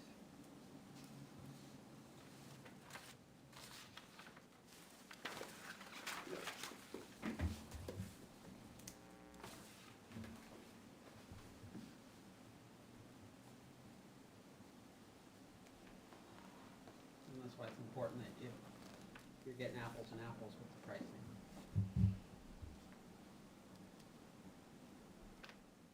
I wouldn't put more than 5 of those, big level categories on an evaluation, to be honest. It just gets too cumbersome. You can have sub-bullets under it if you want, but the 5 big things. 4 or 5 is the number. So big picture, just based on prior experience, we had, we essentially had mandatory things they had to give us. So we say 3 mandatory plans, they send us 2. We're gone. We're just done with that that's how we did before, we're just done with that contractor, that's it. Kicked them right out. So if we get 3 contractors, one sends us everything, one doesn't send us a management plan, and one doesn't give us references, that's it, we've satisfied the town's purchasing policy without really having to dig deeper, right? Well, I would certainly think the ones that didn't provide everything are not in consideration. That's what happened before, that we Right. said not fully responsive, done. I mean, I suppose the town always has the right to refuse any bid that if the only person came in wanted 98% of the stumpage, we'd say no, right? Yeah. I mean, but doesn't mean we have to give it to them, but yes, I would think that if you have a specific number, a specific list of things like you just said, and they don't, right? I mean, we're gonna stick to something like that, I would think, right? That's exactly- Yeah, I mean, we can't. Like when I ask for references- Though, I mean, do they have a period at the end of every sentence? Can't be your criteria. No, this No, is no, big no. stuff. Big I mean, it stuff. was, Yep. like in these sheets, if they miss something, like references provided, at least 3, and they give you 2. Right. It's like- So we're not calling and saying, oh, wait a minute, everything looks good, but you only provided 2, can you Right. find me another one? Right. No. Yeah, that's what it all boiled down to last time. Madison was the only one that was fully responsive, out of the ones that sent stuff in. Yeah, I would say as long as it wasn't overly onerous on anyone, they wouldn't have been able to meet the criteria, no matter what they did. Oh, no, it's all straightforward level, and That would only be 3, 4 things, I would think, not a lot. yeah, I mean, we just talked about, plans, references, and examples of contracts. Those are a couple of the big 3 that we just hit on. Resources. And what? In-house resources. I would hope everybody'd have it, but insurance, required amount of insurance, I would put that proof, as a- proof of that. Yeah, I mean, that would be so if my- if my they turn in a no-goes. bid and didn't have proof of their insurance, I would think that we wouldn't accept that. Right. But yes, what Steve was saying, I would agree to that. The proof of insurance wouldn't be till the contract, though, because anybody can go buy up to the level.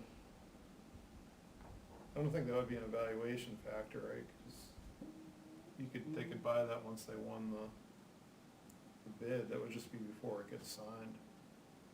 Cause like we didn't get proof of insurance for that asbestos bid, right? I mean, they have to, That, not to award it, but I mean, to award it, you get it, but not to evaluate contractors. I guess but maybe not but under I the think value. I think it's reasonable to level out, or to include the expectation. Absolutely. You know, we wanna spell it out, so if somebody says, hey, I can't meet that, These are the then 4 we don't want the criteria bid. of insurance that we're gonna request that you have at these Yeah, limits. we don't need the proof of insurance, we need the, Tell them what it needs to be. what it. Right. And they That's confirm back that, yes, we're gonna do that. Yes. If we chose them, I guess then they'd need it before they could do the work, but they technically ain't chosen until then, so I guess it's kinda splitting the hair, but, right. Right. I And think that's you're in- gonna go all or nothing. What's that? If you're gonna go all or nothing and say you need proof of insurance, 2 of them do, 1 doesn't, say, well, I was waiting No. before I pulled the trigger on the insurance. Right, that would has be, happened before. that would be what, one of those things that Janice mentioned would just be, Right. you know, Yeah, we want, I don't. pretty unreasonable if, Yeah, 3 or 4 different We kinds weren't of clear. insurance you need, and. Barrington, Henniker probably copied it, says that they understand and agree that the award is contingent upon. Right. So you have to do it that way, not necessarily include it in your packet. Right, Right. okay, Just a yep. statement that they concur that they would Yep. cover, they would carry They those gave you what limits was of gonna be liability. I think that's a good way to word it too, that way, yeah. It is. Yep. Yeah.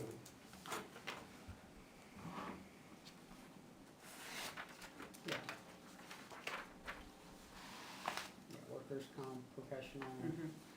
yeah, that kind of thing. Yeah, it doesn't have to be in our grading system, I guess, but right.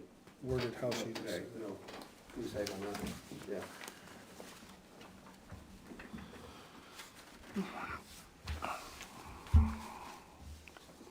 Well, sounds like a pretty good matrix for it. What about that big question, term of contract, what? I don't think you'd Can wanna we- do can it for we- less than 5, would you? Wouldn't want to. You're looking for someone to do what's the word you used a minute ago? A plan, right, a long-term plan.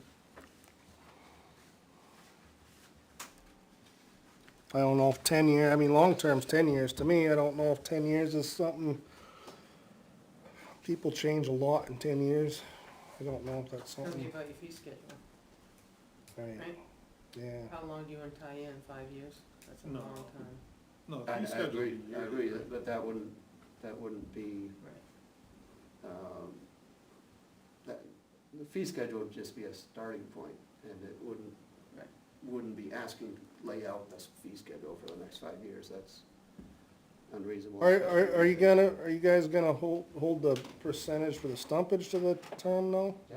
Okay, just the others, That's a business decision, that's not, you know, a volatile right, okay. market measure. And how is it if their fee schedule does change? We had to notify you before they do it and go do a bunch of work, or? Which fee schedule? So you're talking the hourly? Yeah, That's every year, on the forestry services agreement is the way we've been doing it. okay, but you guys okay it before they just go do a bunch of work and Yeah, up at $25 an hour or something? Yeah. nothing ever happens without Yeah. saying that, that's. Right. Yeah, I think it has to, they Just- state that, because you have run into, Mark questioned the $100 on the last one where he signed for 75. Right. So. Right, so we've got, Right. we've got to be alert, and we recognize that, you know, with the current outfit, yeah, it's not surprising that you've gone up with that, but. the contract just But been he spelled out said, that they, look, we're within the year of that, you know, contract we just signed in December, so. I just would think the sorry. contract would be So they changed it. spelled out in the end that they gotta notify you and okay it before they conduct work, I would think. Right, that goes to the FSAs. Yeah, others we've done it. Well, back to the number of years, I would think 5 would be, what were you guys thinking? How about 5 and we can extend it 5 non-competitively? Under what? How would that be That would worded? be a review with Conservation and Board of Selectmen in 5 years, if we're Okay. content. Yeah, We could extend it without having to competitively rebid at that point for another 5-year period. if it was worded in something like that, I'd be all right with it. I mean, that's just This me. is not subject to yearly funding votes, correct, in general, Correct. because the main source of the funds is the harvest. If we don't get the funds, Right, but Well, his hourly work is. no, not it's on the hourly. allowance, so. Well, hold on. The hourly, if that article doesn't pass, there's no hourly money. Yeah, So so the there would be, harvest comes from the harvest, if I understood that. So, So in that case, we wouldn't be doing management plans, we wouldn't be doing hold on. boundary, that would be a Hold problem. on. Or we might be able to employ a different resource. Yeah, so, this is, you know, this doesn't speak to where the funding is coming Right. from. And you're not obligated. the reason I ask that is because sometimes in a contract, if it's contingent upon you getting a vote for the work to proceed, you put that into the contract. Okay, so the tack that we've taken, you know, we've never had a vote fail, but what we've Times done, are changing. and that's okay, and that's okay. But You've there's seen that. a conservation account and there's the town forest account. So unless the conservation account went away and the town forest didn't pass, you know, then there'd be no funding sources. But again, this is not a, doesn't obligate anything, right? No, but it's just something they need to be aware of, if it's, you know, if that were the case, let the contractor that's bidding this be aware that, you know, if we don't get the vote, there's gonna be no work. I think, That's not the case here, from what I understand. That well, was not the currently. whole genesis of my question is, does that need to be included? I think No, you guys have said it no. doesn't, because we have the backup, which is available depending on funding levels, so. Mhm. You know, to understand right how it works is the forester suggests to you what we should do next year and you guys okay it before the work happens.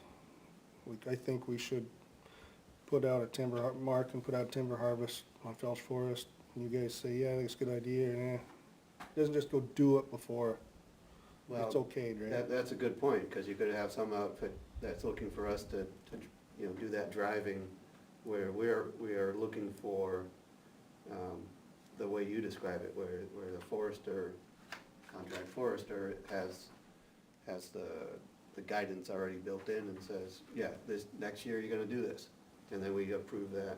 Well, I think that, Or we come up with something that's, not part of the normal flow of the forest work, and we say, can you do this project? well, that's fine, I guess my question was, and I think it's right, I just making sure is, their job is to,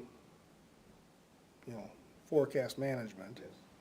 They're the experts, however, it runs through you guys first, right? So then you could say, well, the vote didn't pass and our conservation fund, something happened, we won't have money. You can't do it. It gets okayed through us first before it happens. They come up Right, with it. so we're not getting the cart in front of the Right. horse. Right, or they wanna do 5 projects, say they don't get money, but it gets okayed by you guys, is what I'm asking. So what you're talking about is everything gets okay. Right, that's all I wanna know. That's all I wanna know. But even when we're talking about funding, right, so you could have a funding lapse and still have a harvest project, cause the town isn't putting any. Right. Right. Yeah, My question was if everything gets okayed through you guys. absolutely. Yep, and I thought so. I wanted, yep, I Right, just, and we've taken it, we've evolved to the next level, which is lean on you guys for your involvement Yeah. at key points. I just wanted to clear that up, make sure that I understood that, that's all. So you could say, you guys are taking care of it, and we might push back and say, but on this thing, we need, a sign of, that the authorities buy into what we're doing going ahead. So what do you guys think about the 5-year to start, then review after 5-year with us and conservation? This is not something you wanna go through every year. No. I think 5 years is a reasonable start. I'd have to think about is it yearly for up to another 5 years after the first 5, or is it a complete 5? I don't know. I'd have to think a little bit about that. As long as it was reviewed by conservation and this board, no matter what it was, I would think, right? Yeah, absolutely. Which might not be none of us in 5 years, so. Where I was, 5, starting 5 is fine. It was that jump after that was kind of like, So maybe it's yearly. little, I hear not compete, it's kind of, but, But The only we thing- don't wanna fall into a point where we're trapped in a year-to-year No. saying, well, we're not gonna do this 2-year project because we can't assume that we have the authority on the second year to continue. No. So is that the only reason? So if you get in the halfway through the 4th year, and you got something coming up, it's gonna probably be extending a couple of years, and you get a renewal coming up. So we're not necessarily talking about a 5-year renewal, it would be more a year-to-year renewal. If we're gonna go that route, I'd ask for at least 2 years, 2-year increments. Yeah. I guess the only thought to mine, if we picked the best forester and we were happy with him and they were, he or she, or them, and they were here doing it for the next 20 years, then yes. But I'm always thinking, I think to some bridge engineers that we've used over the years, right? Favorite bridge engineer has switched companies, so Yeah. if we were under contract, completely different, but Yeah. with that company, we, might like the people that are doing it and say, oh geez, they kinda jumped ship and went to this company, and now this 5 years is up, but we can't say they did a bad job, so they get the next 5 years, but the new people over here might not have the, and that's only where that thought come. It probably is unlikely, just good likelihood in 5, 6 years there'll be a different board here, and maybe some of you, and possibly the foresters could retire, and that's why I just don't want to sign in a 10-year commitment right off, that's all. I think we could cancel a contract if we're unhappy with someone, Okay, Yes, it hasn't. but this is not an easy process, when you think about continuity of management. Mhm. For, a forester or forestry firm that you're happy with, then it's kinda like, what's the goal, I agree with that, I just worry about people moving on or whatever, and then might not be as happy with them, that's all I was getting at with it. But they're able to cancel. Not being happy is no problem. It's being happy and spending a lot of time on something you're happy with, Right. with the possibility of getting something that you're unhappy with. So you have a contract, if the contractor's not performing per contract, you can't be, over the barrel on that, so. So as long as it's spelled out, Reasons that you have to have these things in your contract. Oh, absolutely, yeah. yeah. Because if it says you're just gonna do project management, but you don't say what that is, and they say, well, I did project management, you go, Right. no, you didn't, and they're like, prove it, I did what's in the contract, Yeah, those tasks are all detailed out in the, you know what I mean? yeah, but. I think just what we're, I mean, we're going through legal engineering just the same way we're doing this, right? Things change, and I don't wanna take it wrong, but I do it personally, is I house out insurances. I wanna see that everybody's being honest. Not gonna say I'm gonna change my mind, but at the same time, I think we've agreed to go out to bid, but it may not change at the end of the day, that you still award it to them, you know? At the same time, but it shows, you know, cause these guys aren't gonna be here in 6 years, I don't think, unless everybody's gonna stay on and keep moving. But I think things change, town changes, and I think we're not doing it saying that he's bad. We're doing it that we can't find 12 years ago that we signed anything with it. So it's just a point of, this got us a year to get together with what we're doing. Is that what we all are here, right? So at the end, if it's 5, it's 5. But if it's 5 with an extended 5 without any issue, I think that's up to the board at that time. But again, if your commission stays the same, you put it out to bid, you've got 95 reasons as to why he's been good for us, and you can show that, I don't see a fear. That's just my 2 cents. Yeah, I'm saying, yeah, I think just salting into the contract that we do have the ability to extend it, you know, between the boards another 5 years. So that expectation for the different board, different conservation commission members 5 years from now, Yeah. they could say, oh, you know, they had the forethought to say that there is a possibility that we Yeah. might extend And the this. forethought to say if it doesn't work, we can cut ties. Right, right, So- but just have that in there. Termination. I mean, it's been covered. Yeah, as long as that's all spelled out, I suppose it doesn't really matter. If you're unhappy, you can say no. So what's the plan? You guys will put together your tweaks so that we can put out an RFP? Is that the plan from here?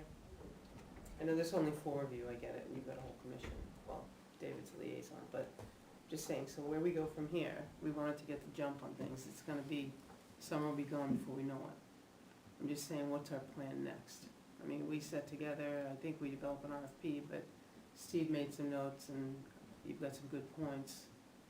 But that's something that you initiate and draft up, Right. and we share it and do the same thing. Is that correct? Yeah, I'm personally hoping we get together one more time before we send it No, out. when we can do that, I just want us to all be on the same page and have us not look at September and say, oh my God, it's September. Yeah, I thought No, you no, were- we say September, and at that point, this is going out by October, no later, is what we want to be in September. Yeah. You guys will put 3 together, get it ready, and we'll look at it again and Yeah. together. That's Yeah, The point was to get back together. yeah, yeah. Or is the plan to try to get this for the August meeting? Or conservation August meeting? Because Steve asked me if I would send what you guys all got tonight. I didn't send it out. It's, everybody got their copies. So Steve asked me if I could send it to all your commissioners, which I'll do. Oh, only a few of us got that? Because you did send out, No, or sent you did. You and, the Oh, 3 of okay. us, the 3 of us I'm got sorry, it. yeah. And that's why I made hard Got my copies. blinders No, on, that's why I sorry. made hard copies. What I Yeah. can do, send it all to everybody, and I'll get a jump on it for your next meeting. What format was that in? This, I have this I have this unsigned in Word. You know what I mean? I have this one here, Right, our with no 1 year. signatures. Our 1 Somebody, year. And somebody have, then these 2 came in PDF, because they came from another towns. does somebody have Pro that they can, convert that to Word and shoot it around? Every time I convert it to Pro, it never works well. It feels like every which way. Yeah, we can get a little of that. Maybe I got the wrong level. I'll try, in there. yeah. Because if, I guess what I understood is, this needs a few tweaks. I can provide this in Word. Mhm. Yeah, that's the same one we work with. Right, Yeah, I'm so just we'll saying, send I that, don't yeah. have these 2 in words that you said were cookie cutter, which I agree with you, because this was 19, this was 23, if you look at the scope of work, it's identical. Yeah. It's got some other things to each town, but this I can provide you in Word, it just doesn't have these signatures. Yeah, These great. two came in PDF, so if you're happy with this with a few tweaks, it should be fairly easy. Yeah, that's good. Okay. So that's Word. So we need to turn that contract into a bid, what's it, prospectus, is that the right word? Oh, yeah, it's easy enough to do, you Oh, guys fill it out and just RSP, change it yeah. around, but I'm just Right. saying, I already, this, That would be Yeah. helpful, 3 thank you. pages we have in Word, Right. I just don't have this, Yeah, obviously. just hit the commission with Okay. that, it'd be helpful, and Okay. have that Word document. Yeah, and I'm just saying if somebody can convert the Henniker one to, Yeah, I will try. yeah, and then we can. Suzu will give that a go and Yeah. see So whether She that, was, and I'm not planning to be at the August meeting. see, and now it's September. No, I'm not the commission. I'm not, no way, shape, or form the commission, I'm just one Steve's checking the schedule. person I on think it. I'm not gonna September meeting this week. Well, you two took the most of the notes, so it'd be handy to have your I input took a lot there. of notes. Right. Okay. Phil did too, I watched it, I don't think he was drawing. Well, it's only your 30th anniversary once, right? So, You hope. I'm not, Sorry. Nope, I never got to 30. me either. And I ain't gonna live long enough to get to another one. yeah, I mean, I think the August meeting will go on. I'm not gonna be there for the September meeting. Let's all say. right, so we'll, between the two of us, Yeah. keep things moving. Yeah, and Susan's And- got some good notes too, I'm sure. I thought Susie was in there. I could take a stab at it, really. Very perfect. So- I'll send it to you guys as a group and you'll take it from there. Anything else on the RFP? Oh, do we So have? do we anything plan to else? look at that in September? To throw something on the calendar for these two groups to get together to? Yeah, we're back to weekly in September. We're back after There Labor probably Day. needs to be a special meeting. Yeah. Weekly? That gets to be so much, ridiculous. He just said One bi-weekly now, and 5 in 3 weeks. I just been When's Labor teasing. Day, the second? Yes. We're gonna start weekly. Sorry. At least we're not meeting You'll every start day. alternating? Yeah, there you go, that's been done before. And I had 2 in New Boston. I think you're right, a special one works easier. I think so, because otherwise, you know, Beyond dinner time. it's gonna be, Yep. we say 7 and it's gonna be 8 o'clock before we can start, so. We said 7. Well, down if there. we did this right, this is where the bulk of the work's done, and the next one should be a quicker exercise. Yeah, I think so. Yeah, that's fine. No, I just really- wanted before we really walk appreciate away, it. everybody on the same page. Yep. Thank you, yes. No, I really appreciate your Yep. openness and education and willingness to do this and do it right. Thank you. Two other things on trails, did you wanna talk about trails with us? Oh, yeah, good point. No, it was more of just the purchasing policy. So we were inquiring, you know, trying to like get a catalyst kind of going, with a larger look at interconnectivity, throughout the town and, you know, not just conservation lands, like class 6 roads, class 5 roads. So reach out to, Southern New Hampshire and, That's a planning commission. yeah, and so we're a member of that? Yeah, and Dave shipped it to all of us. Yeah. All that you got, he Yeah, shipped it I to us. forwarded Oh, the good, email. good. you Okay, sent. so you know that, so what we're looking at is, you know, the possibility of 50% match with, highway funds to be able to do town-wide plan. And the idea, you know, listed everything out, like having a, try to have a forum, you know, maybe at the town, hall. And, you know, cause people are always talking about trails, but as Yeah. far as getting it really going, it's hard, right? And big picture, we do have like lots of class 6s, or a fair amount of class 6s. So, yeah, I mean, we just wanted to know, like, is that exempt from the purchasing policy? Cause you think about, like, Southern New Hampshire is gonna bring a match, you know, a private contractor conceivably can do that same thing, but I don't know whether they're getting the match, and, so I don't know if that's exempt automatically. They do like our town plan, they've done a ton of town Master documents, plan. yeah, master plan. So the question is, can we just work with Southern Hampshire Planning Commission on this, get a quote from them for services, and move forward versus town purchasing policy saying you must get whatever, 3 quotes if it's above $5 grand. It's a grant, right? Pardon? You're gonna apply for a grant, Oh, or do they that. are? Right, but it's not like we can go and say, Central New Hampshire Planning, can you do this for us? Because Is he gonna say no? we're not a member community in their planning commission area. So it's like, this is a sole source type We are. service. No, we're southern, We're he said Southern New central. Hampshire planning, on the corner, central. And you just said central, he's just saying like as another source. Oh, okay. I was just saying, we couldn't go Yeah, no, I. to Central because we're not a member of I that. thought you meant SMA. So we only have one Right. planning commission that serves our town. So Yeah. it seems like we just want to err, I was way over there. we just want to make sure that we're okay with the purchasing policy before going much further up, beyond getting a cost estimate from these folks in Manchester. So give me the 50,000-foot level of what the scope of work is. Well, I mean, it's what's in that email, but it's, it's having a meeting, to see what the town's interest is, public forum. So they would organize the public forum. They would be, It's an analysis of, roads, parcels, trails, interconnectivity, different kinds of activities too, right? People bicycling versus walking, trying to hook that together and see what makes sense for the town. Because I think that's where we're always at a loss, right? People come to us and say, why aren't you doing more trails? But, we did look at like trail development, which is fairly expensive too, on the conservation lands. And, the big problem is a lot of them don't go anywhere. You think about Greater Farron Pond, that's really a whole bunch of Class 6 road plus conservation lands. And I think when we get back at that scale, it's gonna make, more sense to try to manage that as a town. And then also, should be a section that's gonna be in there on, potential funding sources for trail development. I think like. so what could come out of it would be a town-wide trail plan. Right.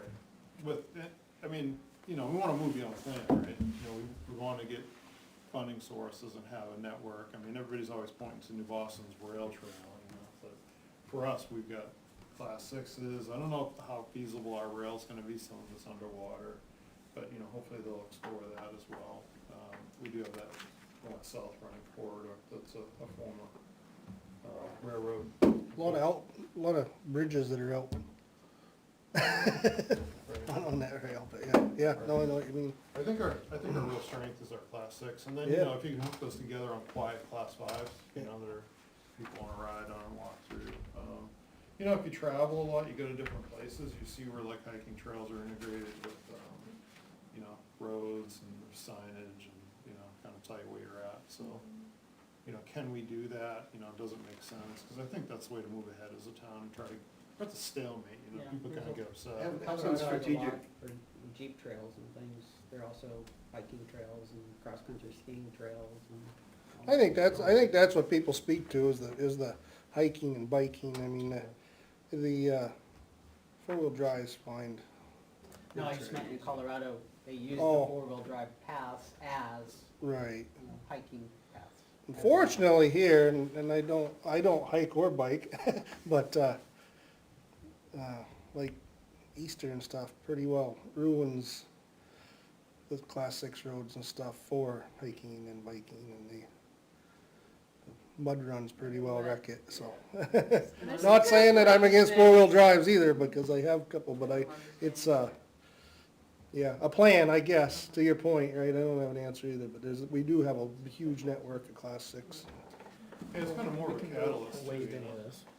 Does it give any kind It of does, criteria? there is an exception Mhm. for only one known source of product or If it's gonna be something designated for that, it might be something that's certain ones that are gated during certain seasons not to wreck, if there's gonna be hundreds of thousands. But that's where somebody smarter than me could put together a plan like Southern New Hampshire, so.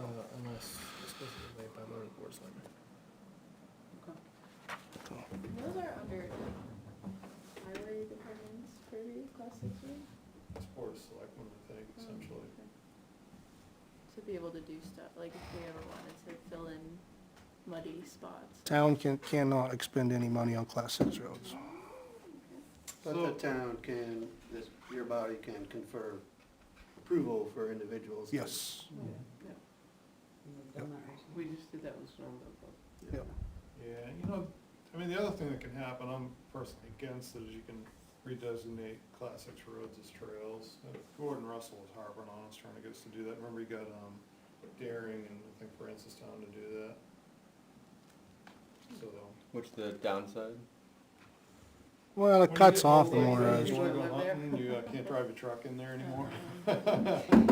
And maybe it never happens, but, you know, Get a let's big say you've got an interest to be out in the woods, but you can't walk, but you can drive. Yeah. Yeah. And so you got the opportunity to travel somewhere a little bit different legally Yeah. and within your rights. You don't have to see it made unavailable or just have no options.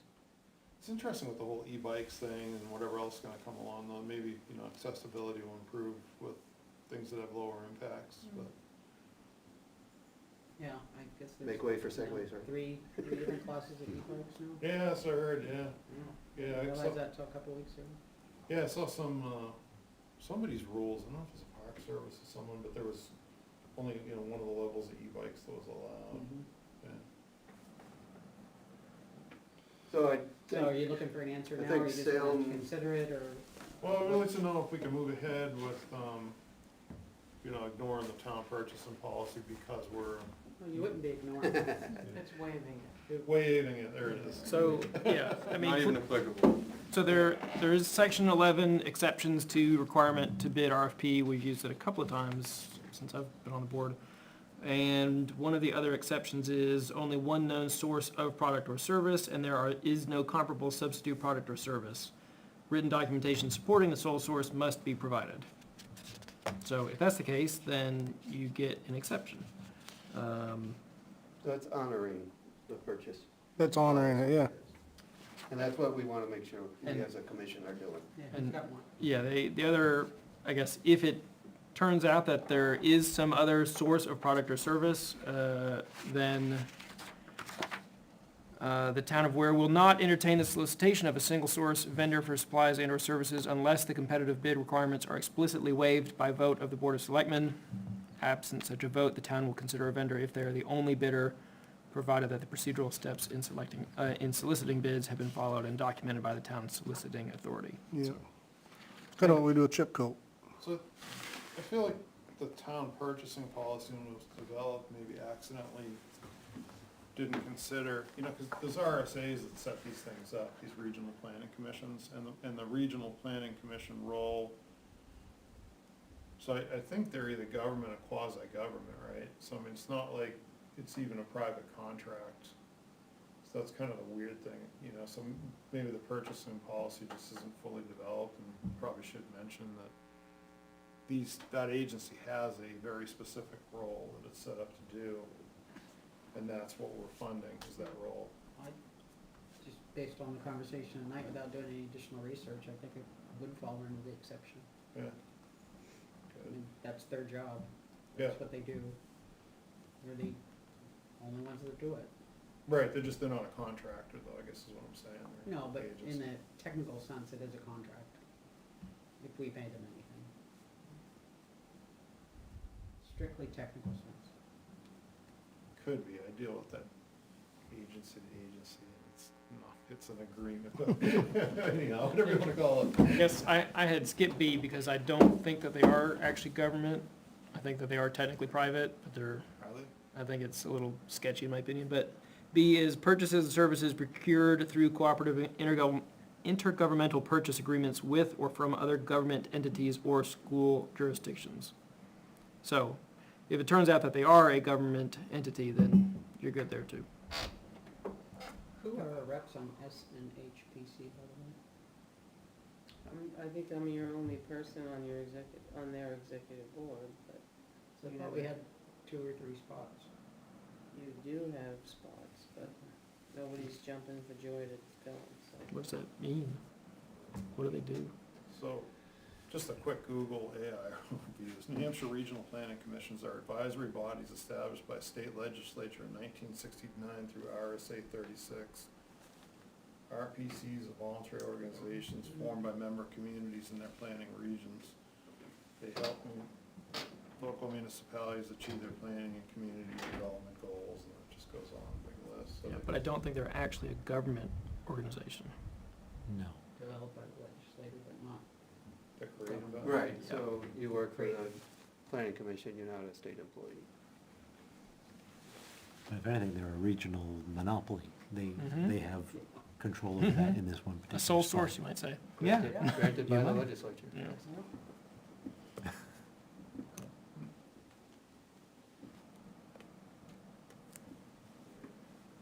So we feel like they're exempt.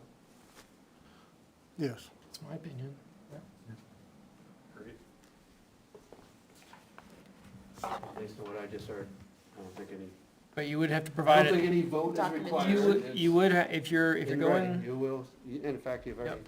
already seen some in writing email on it, and right, it will be followed up, and you guys will be kept in the loop, and we've got Dave to sit in on our deliberations also, so.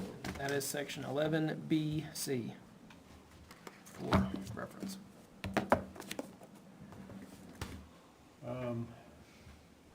The gifting on the Eastman, we need to talk about that, we all set with that. I think that's done. Everything's done, it's short of me sending you the Okay, semi-formal Okay. statement on it, so all right. I'll get that. But as far as needing, Any input? I don't think the conservation needs further input on it. Okay. And then the hayfield lease, I know we briefly talked about it at the last meeting, and we still have to have something.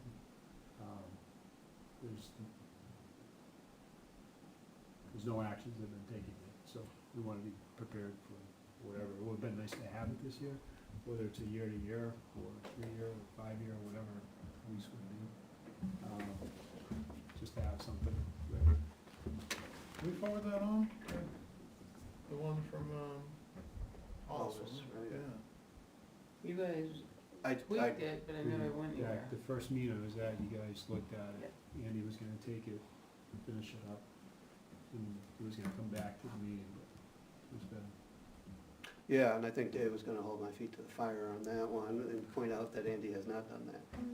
But what I'm hearing now is that it's, regardless of where we are, and in fact not having resolution on East Road status, that we should move forward with formalizing our understanding with Farmer on the hay work out there, so. Now, would that be something that'd have to go out to bid for a plan? Based on dollar value, I don't think so. For what? Well, that should be something, that's not much different than a timber harvest. So, we looked at, the one from Wallace. I think it was kind of a similar situation. So, you know, basically you're getting field maintenance, or not a real high productivity field. So I don't know that you're really gonna get, much of an interest on a commercial, you know, bid. We sort of decided this was more of a service to us as the town. Right. Maintaining it as a Yeah. field habitat. Yeah, and there's really no value. We'll dig it up and dig the sand out of it then, The sand's not where the field is. the sand under it. Is there?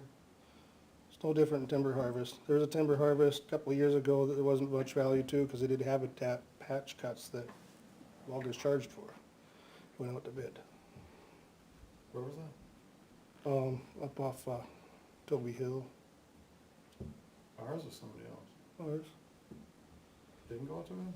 It did go out to bid. Oh, getting confused there. No, it did go out to bid, but there was patch cuts that was charged for, is my point. My point is it wasn't all revenue. We did get a little, because they did harvest some pine, but Oh, yeah, but my point is that you know, there was road restoration and habitat, you know, patch cuts that we paid for, kind of, through the timber harvest, which isn't much different than someone haying the fields as a service. It's the same thing.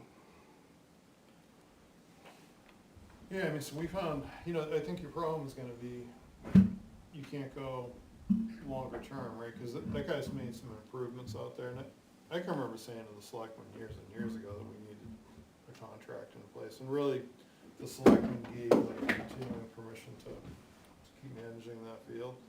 Like, if I was to manage that field, it would be a totally different regime, which wouldn't be economically good for a person doing hay, cause you get bobolinks in that area.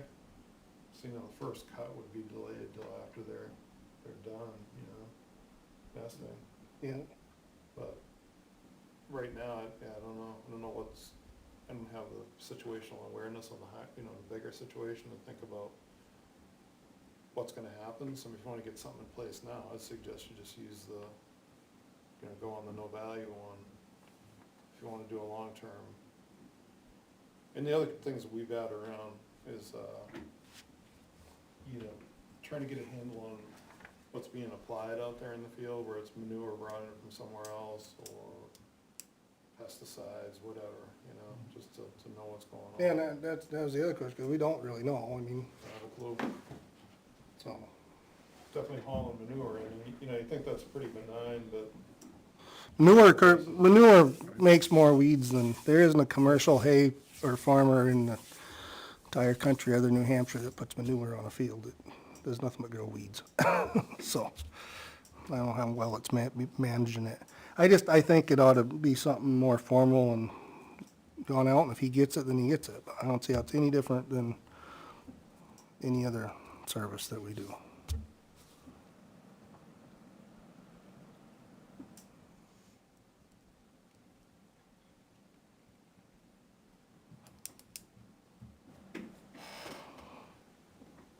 Fact of the matter is, we are where we are right now. And moving forward, that's, you know, if we were to go next year to deal with the bid. I mean, people have been told no, that they couldn't do maple syrup operations on town land. It's had to come about, it's been okayed, but bear baiting on town land has been asked at least. it's been what? Been asked at least. We've approved maple syrup. Have you? Yeah, and bear bait. It hasn't come up often. Been approved, but it hasn't, this hasn't ever been asked. It needs to go out to bid. What's that? It needs to go out to bid. The haying needs to go out to bid. Which one? The haying. Getting late, Benji, getting confusing. It is. It is late. I still gotta go back to work, so. But it needs to go out to bid, in my opinion, as one member. I So, agree. if you're gonna throw out a bid, I mean, you would do like 5-year, you'd have the improvements, that kind of thing, so I mean, I would think so. Do that. That's a problem, right? I don't know. Problem, There's- the whole thing's a problem. I mean, technically, the way it is, nothing should happen. I'm not necessarily in favor of that. I mean, we all know what happens when you don't mow your grass for a week, a tree grows up around here, but, Well, technically speaking, it's still under the understanding of the Board of Select, between the Board of Selectmen and the farmer, back when Tom was on the board and Dick was on the board, and Yeah. we the get board permission. hasn't done anything different with it yeah, but since that, you know, that's in the record saying, yeah, Board of Selectmen told the farmer, okay to continue, and all he's done is continue. We've had a lot of back and forth over the years, on occasion, about who's responsible for what. There's been, you know, some murkiness. I think we're pretty clear now that you're expecting us to manage that. But as I told David, there's a huge question mark hanging over it. So who's going, you know, how do you put together a bid when you don't even know, right. you know, who's gonna be managing it for what? We can include it in the town lawn care and just have it mowed. You did on the other side. What's that? So without a contract, can you put corn in there? You did on the other side. There's corn in there, one field. That'd be an agricultural outreach versus field maintenance. I'm just saying, without a contract, he's, harvesting corn versus hay. It is tough, where there is a question mark. I don't know. I don't know the answers to that, but yeah, I mean, it's kind of like a free for, It's a fee. I would think,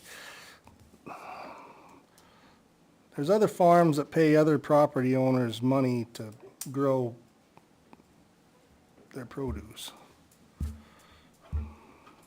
So I don't believe that it's of zero value to the town.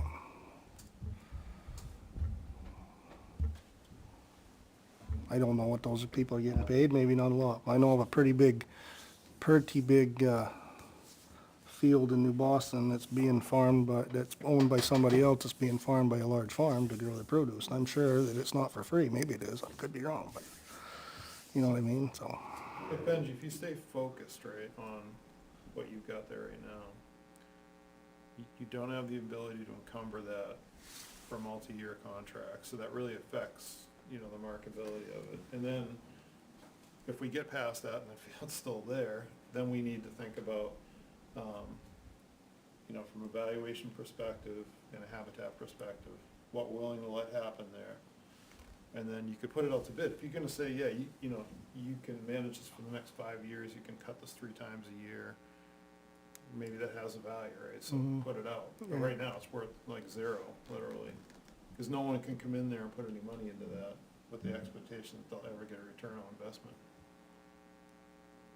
Right, but like you said, you know, there's all these concerns that not knowing what the fertilizer has in it without being tested and all that, you know, it's not a huge concern of mine. Those are all things the town should be concerned with, and I don't know the answer to it. I'm just,